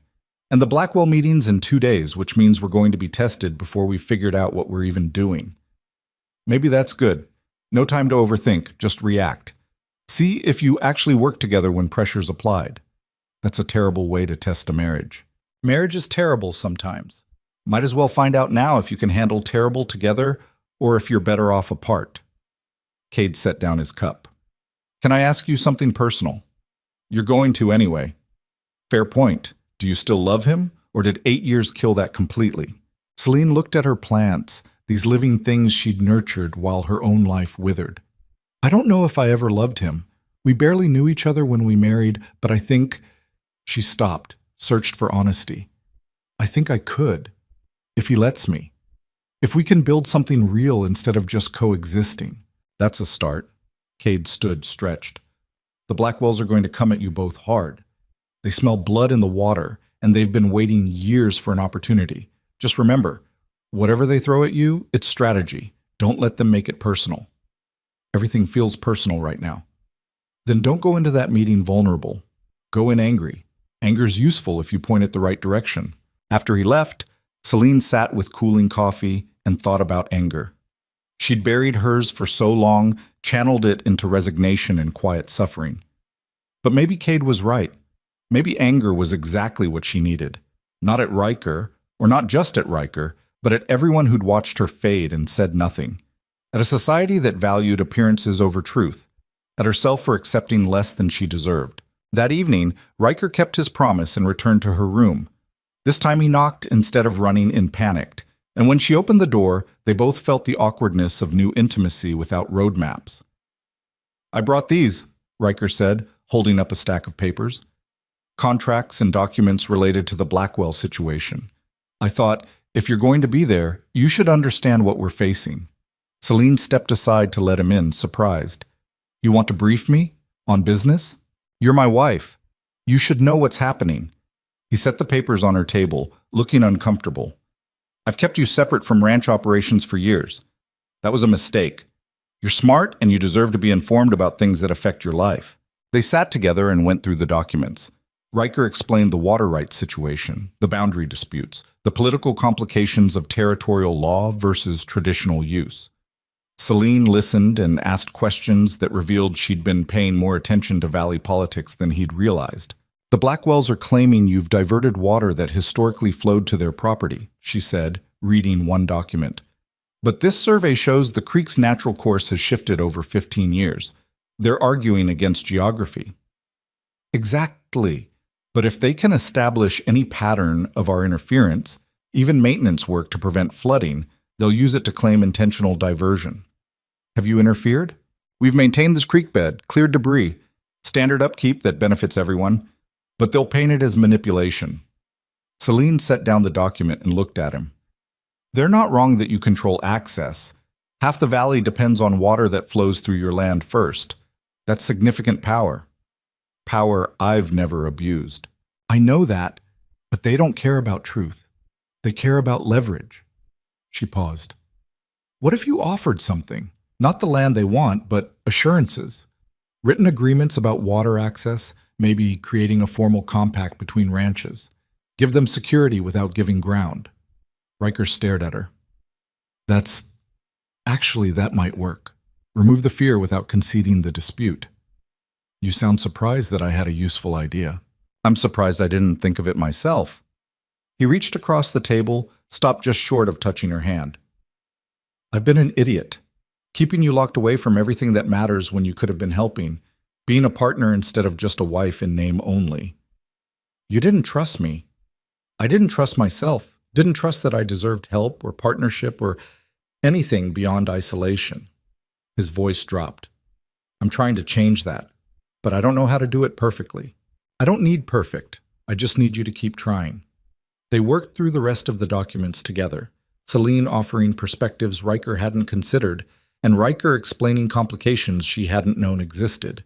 By the time they finished, they had a strategy that felt stronger than what he'd planned alone. We should sleep, Riker said finally, though he made no move to leave. Meetings tomorrow, and we'll need clear heads. You could stay again, if you want. Celine felt herself flush, but pushed through the embarrassment. Just to talk more. Or not talk, just to not be alone. I'd like that. This time they were both more prepared. Riker took the chair. Celine settled into bed with blankets and pillows arranged for actual sleep. They talked quietly about smaller things, childhood memories, books they'd read, the way winter sounded different depending on which room you occupied. Nothing profound, but the ordinariness felt profound anyway. This was what they'd missed. Not grand gestures or dramatic reconciliations, but simple presence, being together without performance or pretense. Celine fell asleep first, her breathing evening out while Riker talked about his grandfather building the fortress stone by stone. He stopped mid-sentence when he realized she wasn't listening anymore, just watched her sleep for a long moment, then settled deeper into the chair and let himself rest. Martha found them again in the morning, and this time she didn't bother hiding her satisfaction. 2 nights in a row. Progress was happening, however messy and uncertain. The day of the meeting arrived cold and tense. Riker woke stiff from another night in a chair, his back protesting and his mind already racing through strategies. Celine woke feeling more rested than she had in months despite everything, though anxiety quickly replaced peace. They dressed separately but met in the hallway after, a small moment of acknowledgement that they were doing this together. Ready? Riker asked. No, but I'm going anyway. That's all anyone can ask. The Blackwells arrived at noon with an entourage designed to intimidate. Thomas and Margaret in a fine carriage, 3 ranch hands armed and watchful, a lawyer carrying a thick folder of documents. They descended on Blackthorn Ridge like an invading force, and the message was clear. This was war dressed in civility. James met them at the entrance and escorted them to the library, where Riker had arranged the meeting. Celine waited in the hallway, smoothing her dark blue dress and trying to calm her racing heart. Kate appeared beside her, startling her. Breathe, he said quietly. They're just people, mean, ambitious people, but still just people. Easy for you to say. You're not walking into an ambush. Neither are you. You're walking into a negotiation where you hold more cards than they think. Big difference. He squeezed her shoulder briefly. Make them regret underestimating you. When Celine entered the library with Riker, she felt every eye in the room assess her. Thomas Blackwell stood by the fireplace, a broad man with iron-gray hair and the kind of face that looked permanently skeptical. His wife sat in one of the leather chairs, elegant and composed and clearly the sharper of the two. The lawyer hovered nearby, anonymous in the way of men paid to be forgettable. "Mrs. Holloway," Thomas said, his tone suggesting surprise. "Didn't expect you to attend business meetings? Thought your interests ran more to household management." The dismissal was intentional. Celine felt Riker tense beside her, but spoke before he could. "My interests run to protecting my family and our land. Since this meeting threatens both, I'm exactly where I should be." Margaret Blackwell's eyebrows rose fractionally. Thomas's skeptical expression deepened into something closer to respect, though he tried to hide it. "Well then," Thomas said, "let's discuss business. We have documented claims to water rights you've been violating for 3 seasons. We also have surveyed evidence that boundaries established 20 years ago have been ignored in favor of expansion that benefits your operation at our expense." Riker moved to the table where maps and documents were spread. "Your documents show selective interpretation. The creek's natural course shifted after heavy flooding in '78. We maintained the bed to prevent further flooding, which benefits everyone downstream. That's not diversion, it's responsible land management. Management that conveniently directs more water through your property. Management that prevented half the valley from flooding, including your southern acres. You're welcome, by the way." The tension ratcheted tighter. Thomas's face darkened and Margaret leaned forward, clearly preparing to escalate. This was the moment Cade had warned about, when strategy would become personal if they let it. Celine stepped forward before the argument could spiral. "Mr. Blackwell, you're right that water access is a valley-wide concern. It affects every ranch, every settlement, every family trying to survive out here. But attacking my husband won't solve the underlying problem." "And what problem is that, Mrs. Holloway?" "Fear. You're afraid that one bad season, one drought, one shift in creek flow will leave you without enough water to sustain your operation. That's legitimate. But the solution isn't fighting over land or boundaries. It's creating formal agreements that protect everyone."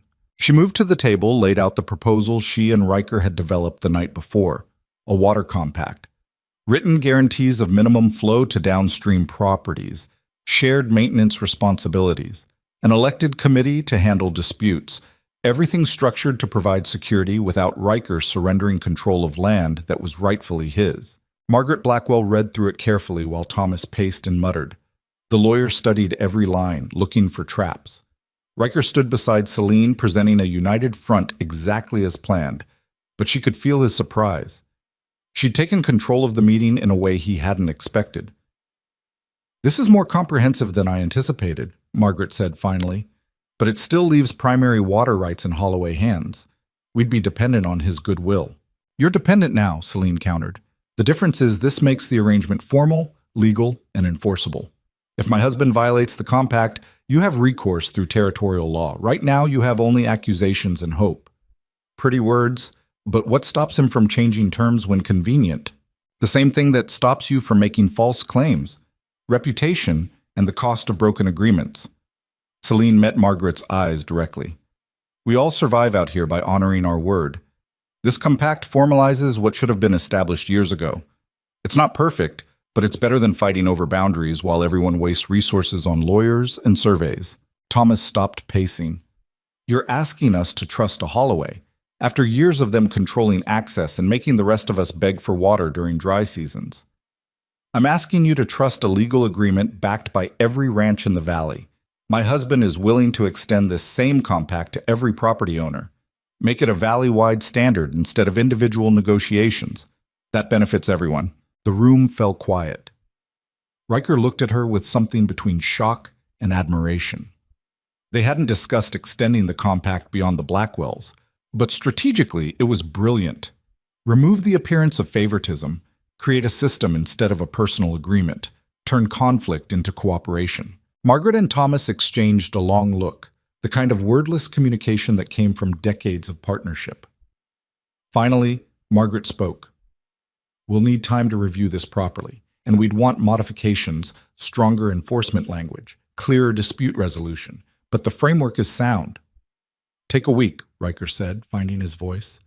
"Review it, propose modifications, and we'll establish a meeting with all affected property owners. Make this valley-wide like my wife suggested." Thomas nodded slowly, and Celine saw the moment when grudging respect replaced hostility. "Didn't expect this. Expected a fight, honestly. Maybe some yelling. I've done enough fighting in my life, Riker said. Building something stable sounds better. After the Blackwells left, promising to return with their lawyer's analysis, the library emptied until only Riker and Celine remained. He stood by the window watching the carriage disappear down the snow-covered road, trying to process what had happened. "You took over the meeting," he said finally. "I did. Was that wrong?" "No, it was—" He turned to face her. "It was exactly right. You saw the emotional undercurrent I missed, fear instead of greed, and you addressed it in a way that made them partners instead of enemies. I had help.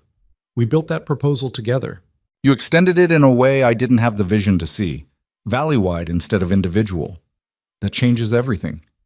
He crossed the room, stopped close enough that she had to look up to meet his eyes. "I've been running this operation alone for 10 years. I thought that's what strength looked like. But watching you in there, that's real strength. Knowing when to fight and when to build." Celine felt her throat tighten with emotion she'd been holding back. "I was terrified the entire time. Couldn't tell. You looked calm and certain and completely in control. That's because you were beside me. If I'd been alone, I would have fallen apart." She paused. "This is what I've wanted for 8 years. To be your partner instead of just your wife in name. To matter in the parts of your life that matter to you. You've always mattered. I was just too much of a coward to let you close enough to see how much." They stood facing each other in the quiet library, 8 years of distance compressed into inches, both of them afraid to close the final gap, and both knowing they had to try. Riker reached out slowly, giving her time to retreat if she wanted. When she didn't, he cupped her face with hands that shook slightly. "I don't know how to fix everything I've broken, but I know I want to try. With you. Actually with you this time, not at you or around you, but with you." Celine covered his hands with her own. "Then try. And I'll try too. And maybe between us trying, we'll figure out something that works." He kissed her then, tentative and careful, and nothing like the distant politeness that had characterized their relationship. It was messy and uncertain and felt like a beginning instead of a continuation. When they pulled apart, both were shaking. "That was—" Celine started. "Long overdue," Riker finished. "I was going to say terrifying, but that works too." They laughed, actually laughed together, and the sound felt foreign and wonderful and fragile. The next few days brought rapid changes. Word of the proposed water compact spread through the valley faster than wildfire. Other ranch owners appeared at Blackthorn Ridge requesting details. Some were supportive, seeing the benefit of formalized agreements. Others were suspicious, viewing it as a Holloway scheme to maintain control through legal manipulation rather than raw power. Riker and Celine met with each group together. She'd discovered a talent for reading people's concerns and addressing them before they could calcify into opposition. He provided the historical knowledge and technical expertise. Together, they were more effective than either could have been alone. The transformation wasn't smooth. Old habits fought new intentions constantly. Riker still retreated into cold control when stressed. Celine still defaulted to silence when hurt. They argued about strategy, snapped at each other when exhaustion shortened tempers, and had moments where 8 years of damage threatened to crush their fragile progress. But they kept trying. That was the difference. When Riker retreated, Celine called him on it instead of accepting the distance. When Celine went quiet, Riker pushed instead of letting her disappear. They were building something new from broken pieces, and the construction was brutal and ungraceful and absolutely necessary. Cade watched it all with satisfaction and growing restlessness. He'd come home to force confrontation, and confrontation had happened, but now his presence felt less necessary. The fortress was waking up, staff smiled more freely, and his brother was actually talking to his wife instead of avoiding her. His purpose completed, he started thinking about departure. "You're leaving," Celine said one afternoon, finding him in the stables. Cade looked up from saddling his horse, caught. "How'd you know?" "You get this look, like you're already gone mentally even though your body's still here." She leaned against a stall door. "When? Few days? Week, maybe? There's nothing keeping me here now." "Your family's here. My family's fine without me. Better than fine, actually functional for the first time in years. That's my exit cue. He cinched the saddle tighter. Besides, I'm not built for staying put. I get restless. Start causing trouble just to have something to do. You saved us. You know that, right? If you hadn't come back, Riker and I would have kept destroying each other through silence. You'd have figured it out eventually. Maybe. Or maybe we'd have both died alone in that fortress, too stubborn and scared to try. Celine moved closer. Thank you. For caring enough to push, for being honest when everyone else was too polite. Cade smiled, though something sad lived behind it. Take care of him. My brother's the strongest man I know, and the most fragile. He hides it well, but he needs people more than he'll admit. I know. I'll take care of him if he lets me. He will. He's learning. Cade swung up into the saddle. And Mrs. Holloway? Take care of yourself too. Don't lose who you are trying to be, what he needs. Partnership means both people get to be whole. He rode off into the cold afternoon, and Celine watched until he disappeared into the tree line. She'd miss him. His chaos had been uncomfortable but necessary, like lancing a wound so it could finally heal. That night, Riker found her in the library, staring at documents without reading them. He'd learned to recognize when she was somewhere else mentally. Cade's leaving soon, she said before he could ask what was wrong. I know, he told me this morning. Does that bother you? Yes and no. Yes, because he's my brother, and I've already lost 5 years with him. No, because he's never been good at staying put, and forcing him would just make us both miserable. Riker sat beside her. He did what he came to do, made us face what we'd been avoiding. Can't ask more than that. I'll miss him. So will I. But he'll be back. Men like Cade always come back, usually when you least expect it, and most need the chaos. He took her hand, an action that still felt new enough to be noteworthy. Besides, we don't need him anymore. We're figuring this out ourselves. Are we? Because sometimes I look at us and see progress, and other times I see two people who have no idea what they're doing. Both can be true. Progress doesn't require certainty. He squeezed her hand. How's the compact coming? 6 ranches have signed on. 4 are still skeptical. The Blackwells sent modifications that are actually reasonable. We might have something finalized by spring. That's because of you, your idea, your execution. Our idea, our execution. She turned to face him fully. I need you to understand something. This only works if we're actually partners. Not you letting me help occasionally while you maintain control of everything important. Real partnership, shared decisions, equal voice. That scares me. Why?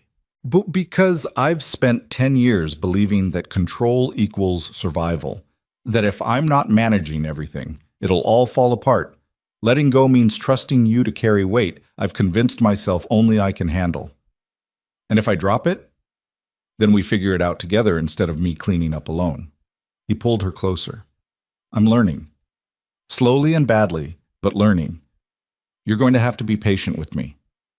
I can do patient, as long as you keep trying. The compact came together over the following weeks.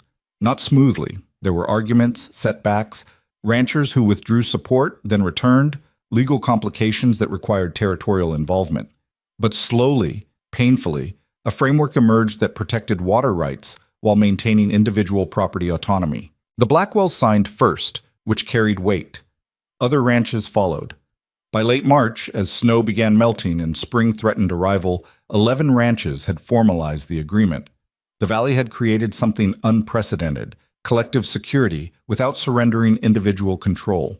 The night they finalized the compact, Blackthorn Ridge held its first gathering in a decade.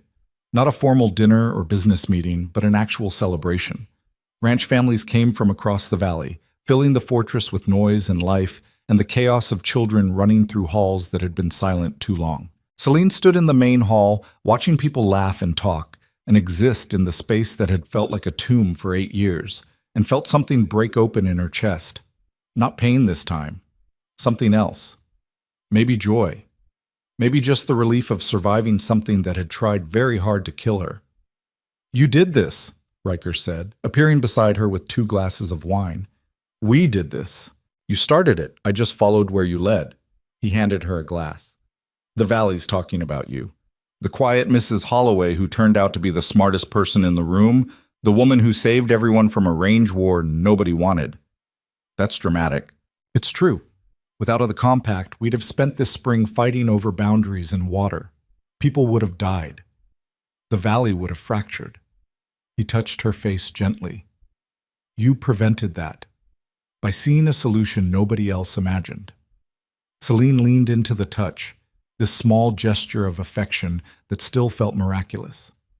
I just wanted to build something instead of watching everything fall apart.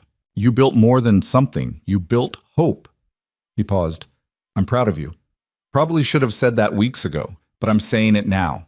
I'm proud to be your husband, and I'm sorry it took me 8 years to realize what I had.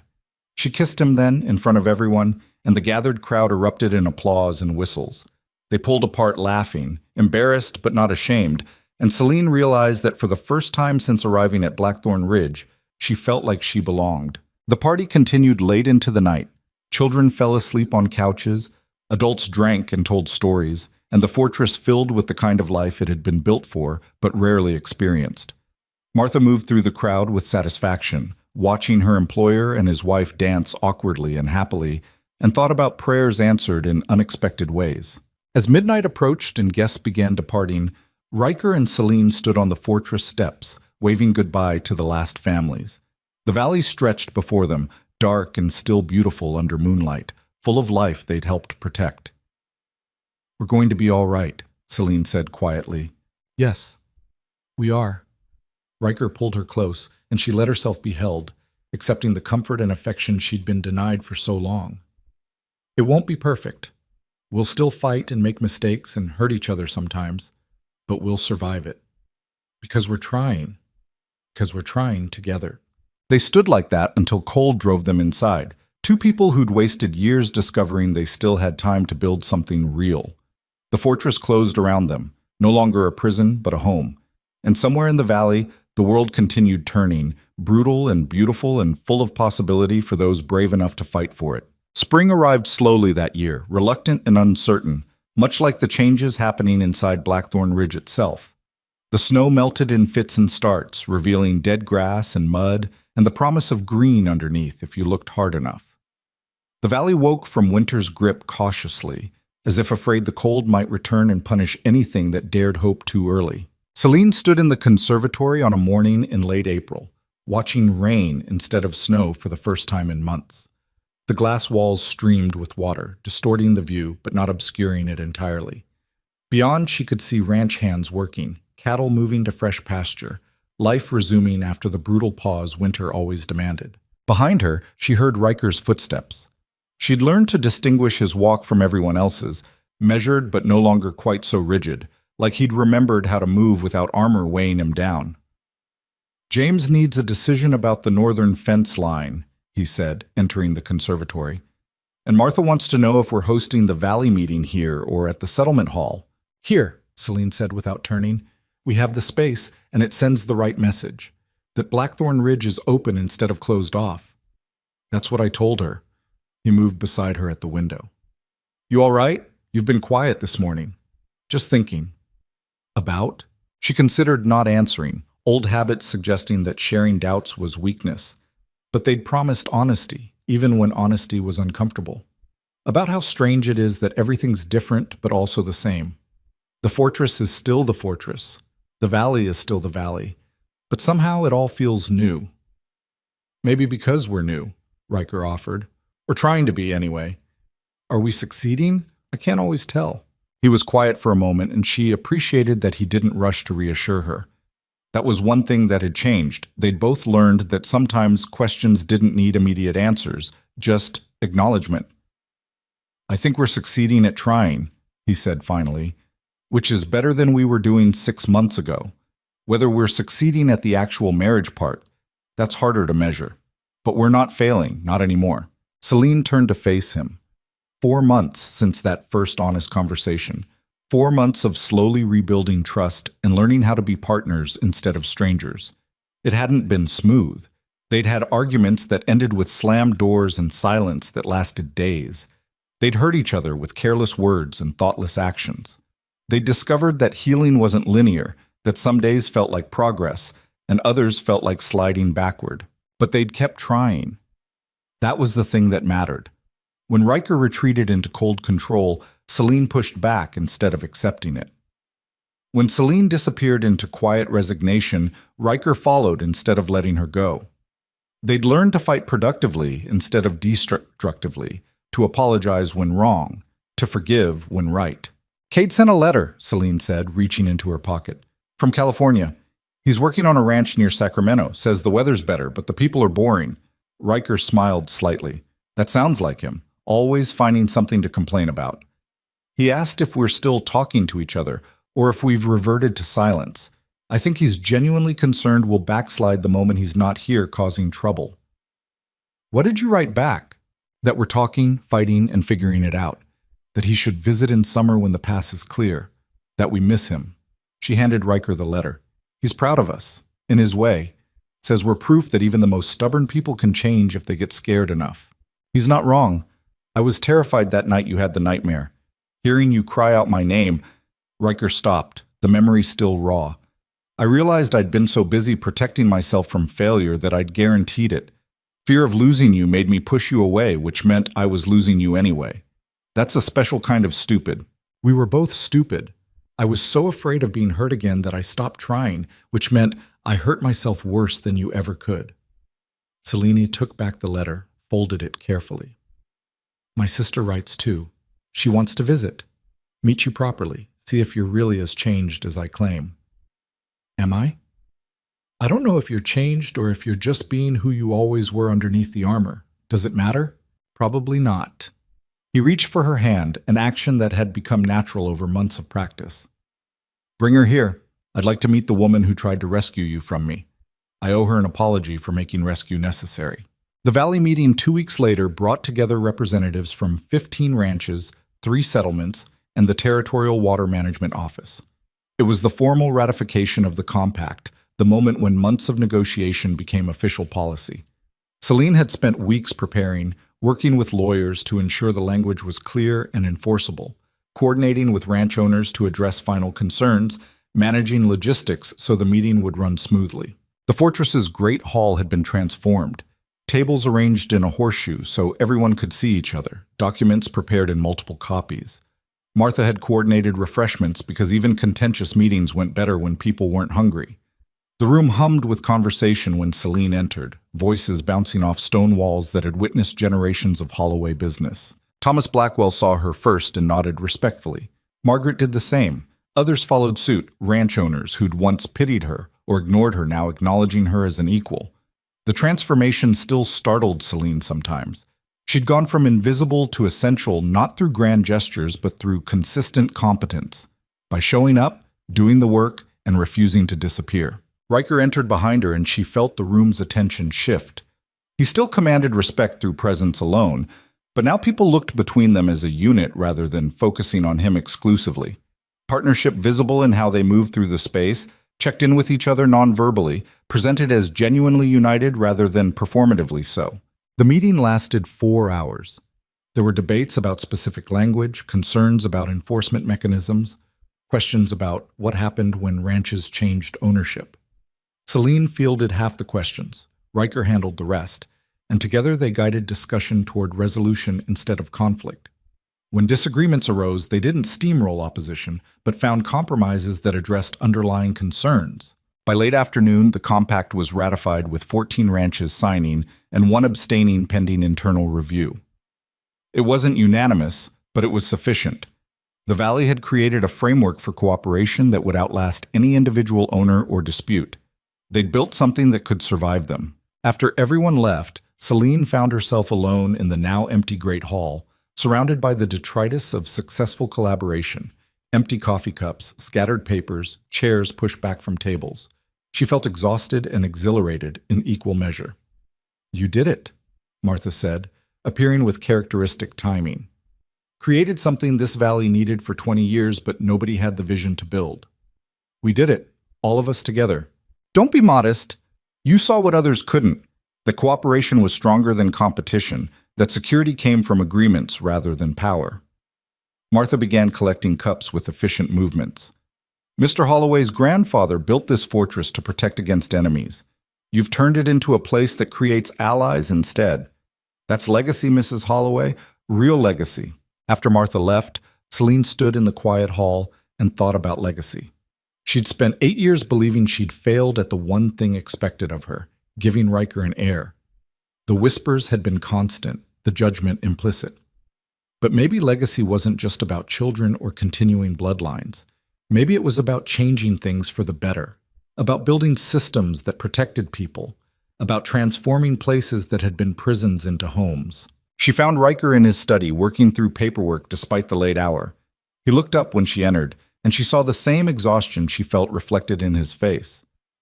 "Productive day," he said, setting down his pen. "Exhausting day." She crossed to him, and he pulled her into his lap without hesitation, another small intimacy that would have been unthinkable a year ago. "I've been thinking about something." "Should I be worried?" "Maybe. I want to travel. Visit my family, see my father before—" She stopped, but they both knew what she meant. Her father's health had continued declining. Time was running short. "I've been away for 8 years, and I used our broken marriage as an excuse not to go home because facing my family meant admitting failure. But we're not broken anymore, or we're broken differently, and I need to see them." "When do we leave?" The immediate we startled her. "You'd come?" "Of course I'd come. I should meet your family properly instead of the rushed formality before our wedding, and—" He paused, choosing words carefully. "I want them to see that you're not miserable, that I'm not the villain they probably imagine, that we're actually building something real. It's a long journey. I don't care, we'll make it together." He pulled her closer. "Besides, James can handle ranch operations for a few weeks. Man's been itching to prove he can run things without me hovering. Might as well give him the opportunity." They left in mid-May when the pass was fully clear and travel was merely uncomfortable instead of dangerous. The journey took a week by train and carriage, crossing territories that shifted from mountain to plains to the gentler landscape where Celine had grown up. She watched Riker watch the changing scenery, saw him process how different her childhood had been from his own brutal frontier upbringing. Her family's estate sat outside Denver, a sprawling property that prioritized elegance over fortification. Gardens instead of defensive positions. Windows designed for light rather than watching for enemies. It was beautiful and soft, and everything Blackthorn Ridge wasn't. Her sister Caroline met them at the door, and Celine felt 8 years of distance collapse in an instant embrace. "You're really here. I'd stopped believing you'd come." "I'm sorry. I should have come sooner. You're here now. That's what matters." Caroline pulled back, studied her. "You look different. Happier, maybe. Or just less hollow. Both, probably." Celine turned to Riker, who stood awkwardly holding luggage and looking uncertain in a way she'd never seen. "Caroline, this is my husband, Riker. Riker, my sister Caroline." Caroline's assessment was thorough and unapologetic. "So you're the man who made my sister miserable for 8 years?" "Yes." "And now?" "Now I'm trying very hard not to." Riker set down the luggage. "I'm not expecting forgiveness or immediate acceptance. I know I've hurt your sister badly, but I hope you'll give me the opportunity to prove I'm capable of change." Caroline looked at Celine, silently asking for guidance. Celine nodded slightly, and Caroline's expression softened. "Come inside. Father's been waiting to see Celine. Fair warning, he's weak, but his mind's sharp, and he's got 8 years of protective father instincts ready to unleash on you." Their father sat in a library that smelled like old books and pipe tobacco, a blanket across his lap despite the warm day. He'd aged dramatically since Celine last saw him, his face gaunt and his hands trembling slightly. But his eyes were clear, and when he saw her, they filled with tears he didn't bother hiding.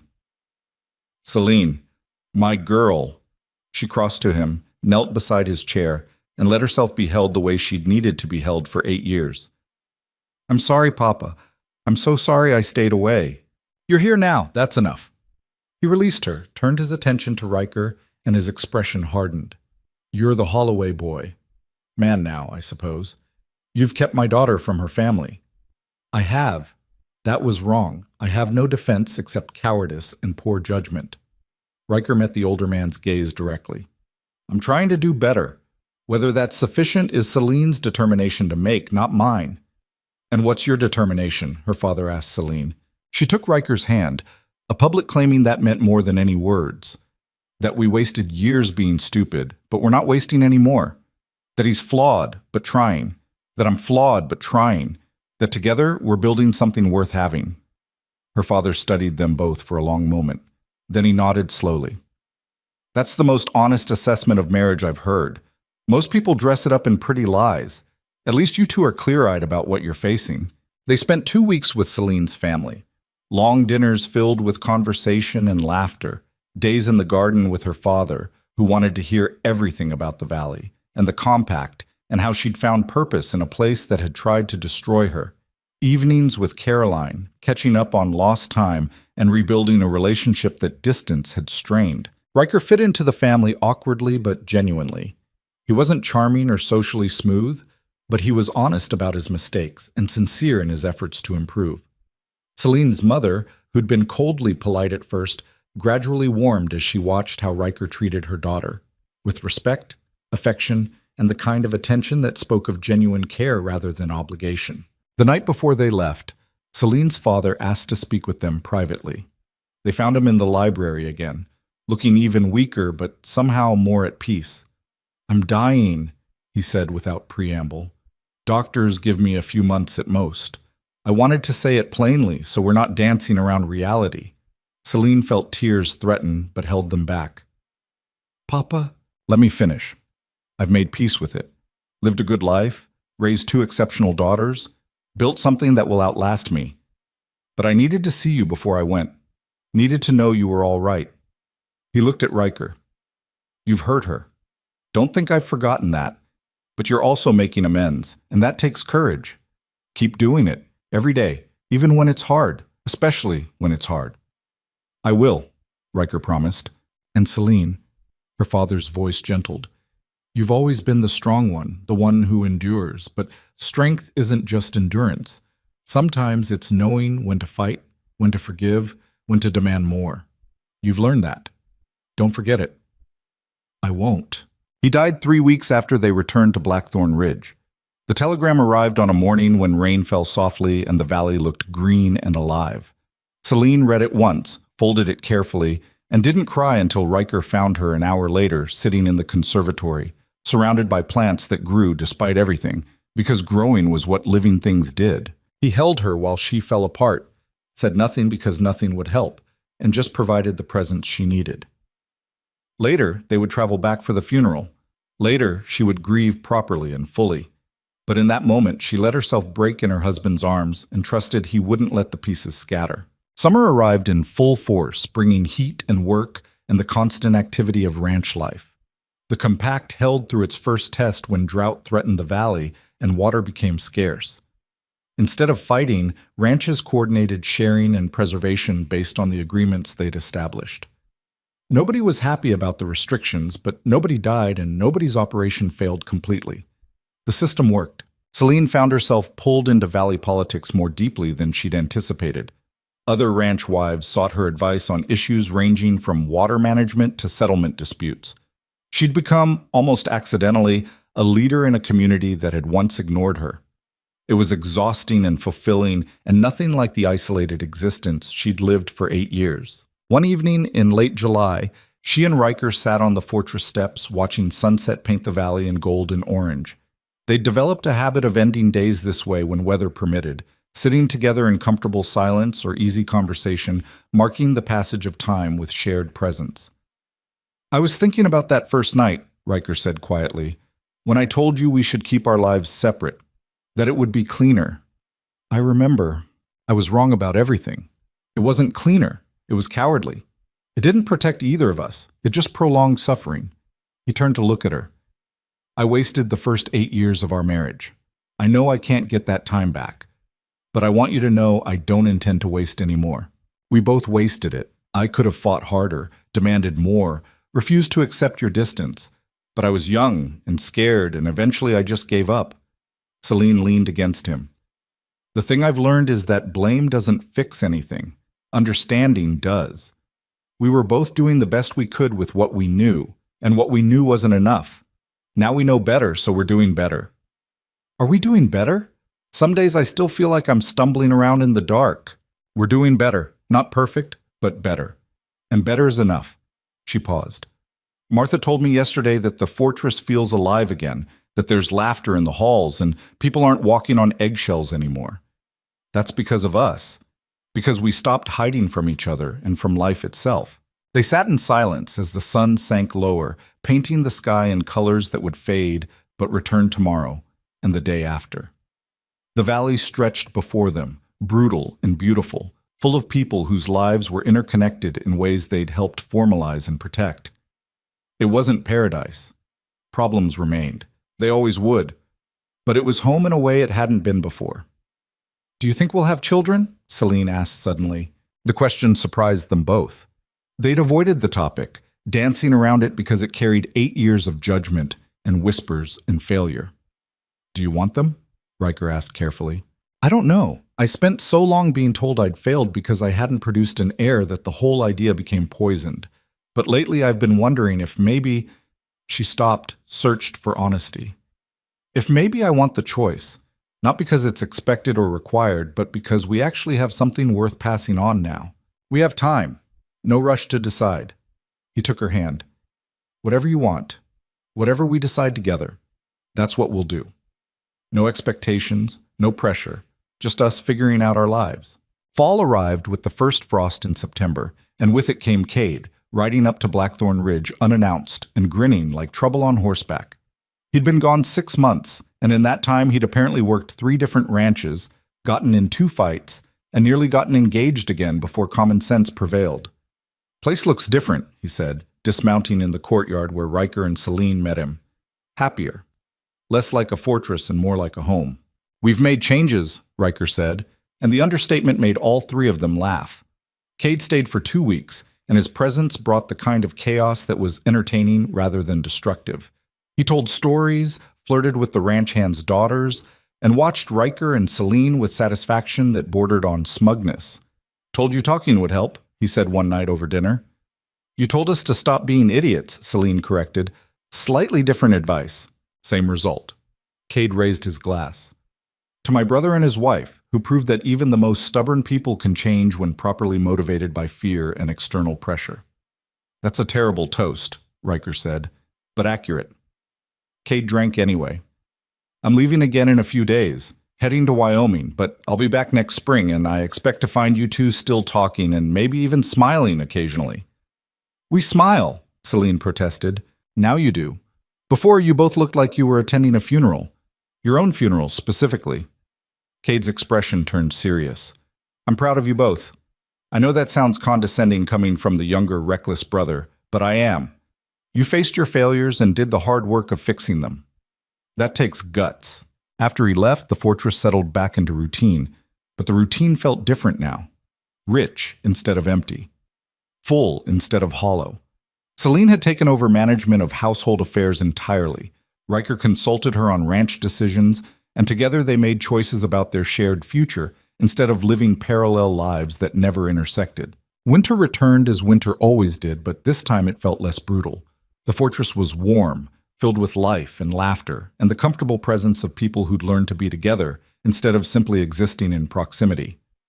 Celine and Riker spent long evenings by the fire, reading together or talking about plans for spring, and the silence between them was companionable rather than oppressive. On a night in early February when snow fell softly and the world outside was quiet, Riker found Celine in their bedroom now, not separate rooms but shared space, standing at the window and crying quietly. "What's wrong?" he asked, immediately concerned. "Nothing's wrong. Everything's right, and it's overwhelming." She turned to him, tears on her face but smiling. "I was standing here thinking about where we were a year ago, how broken everything felt, how hopeless. And now," she gestured around the room, "now we're here, together, actually happy. And it feels impossible, but it happened." Riker crossed to her, gathered her close. "It happened because we fought for it, because we decided failing honestly was better than succeeding at pretending, because you were brave enough to keep trying when giving up would have been easier. We were both brave, eventually."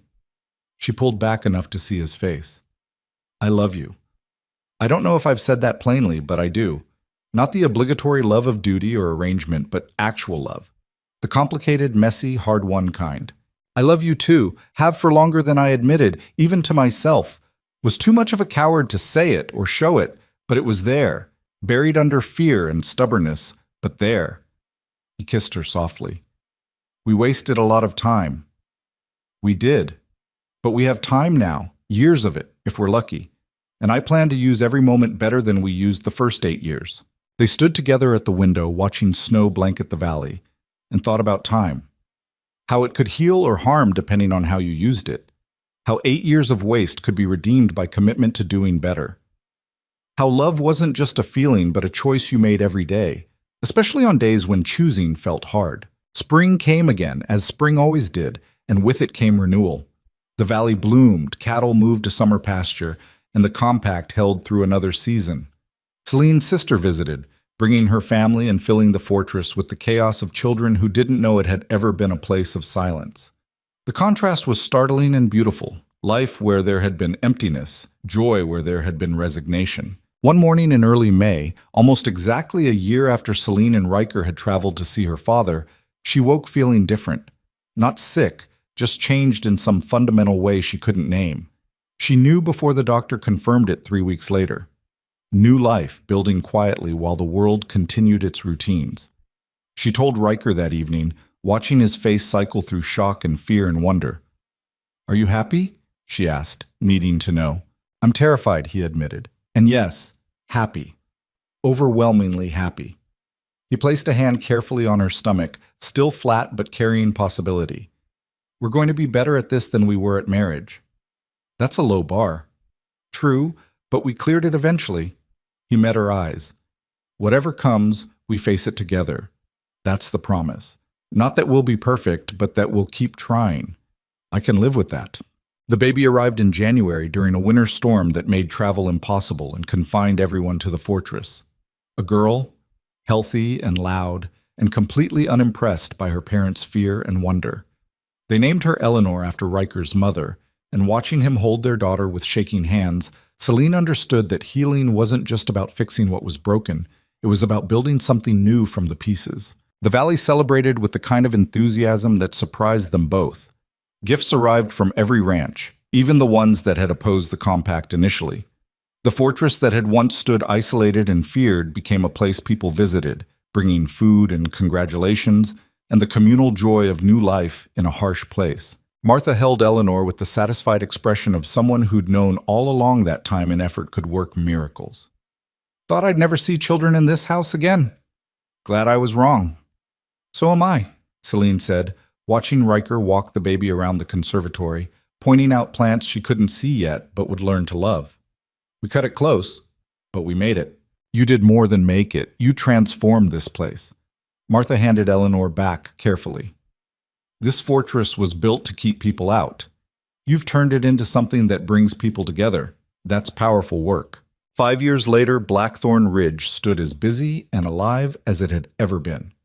2 more children had joined Eleanor. A boy named Jack and another girl they'd named after Celine's father.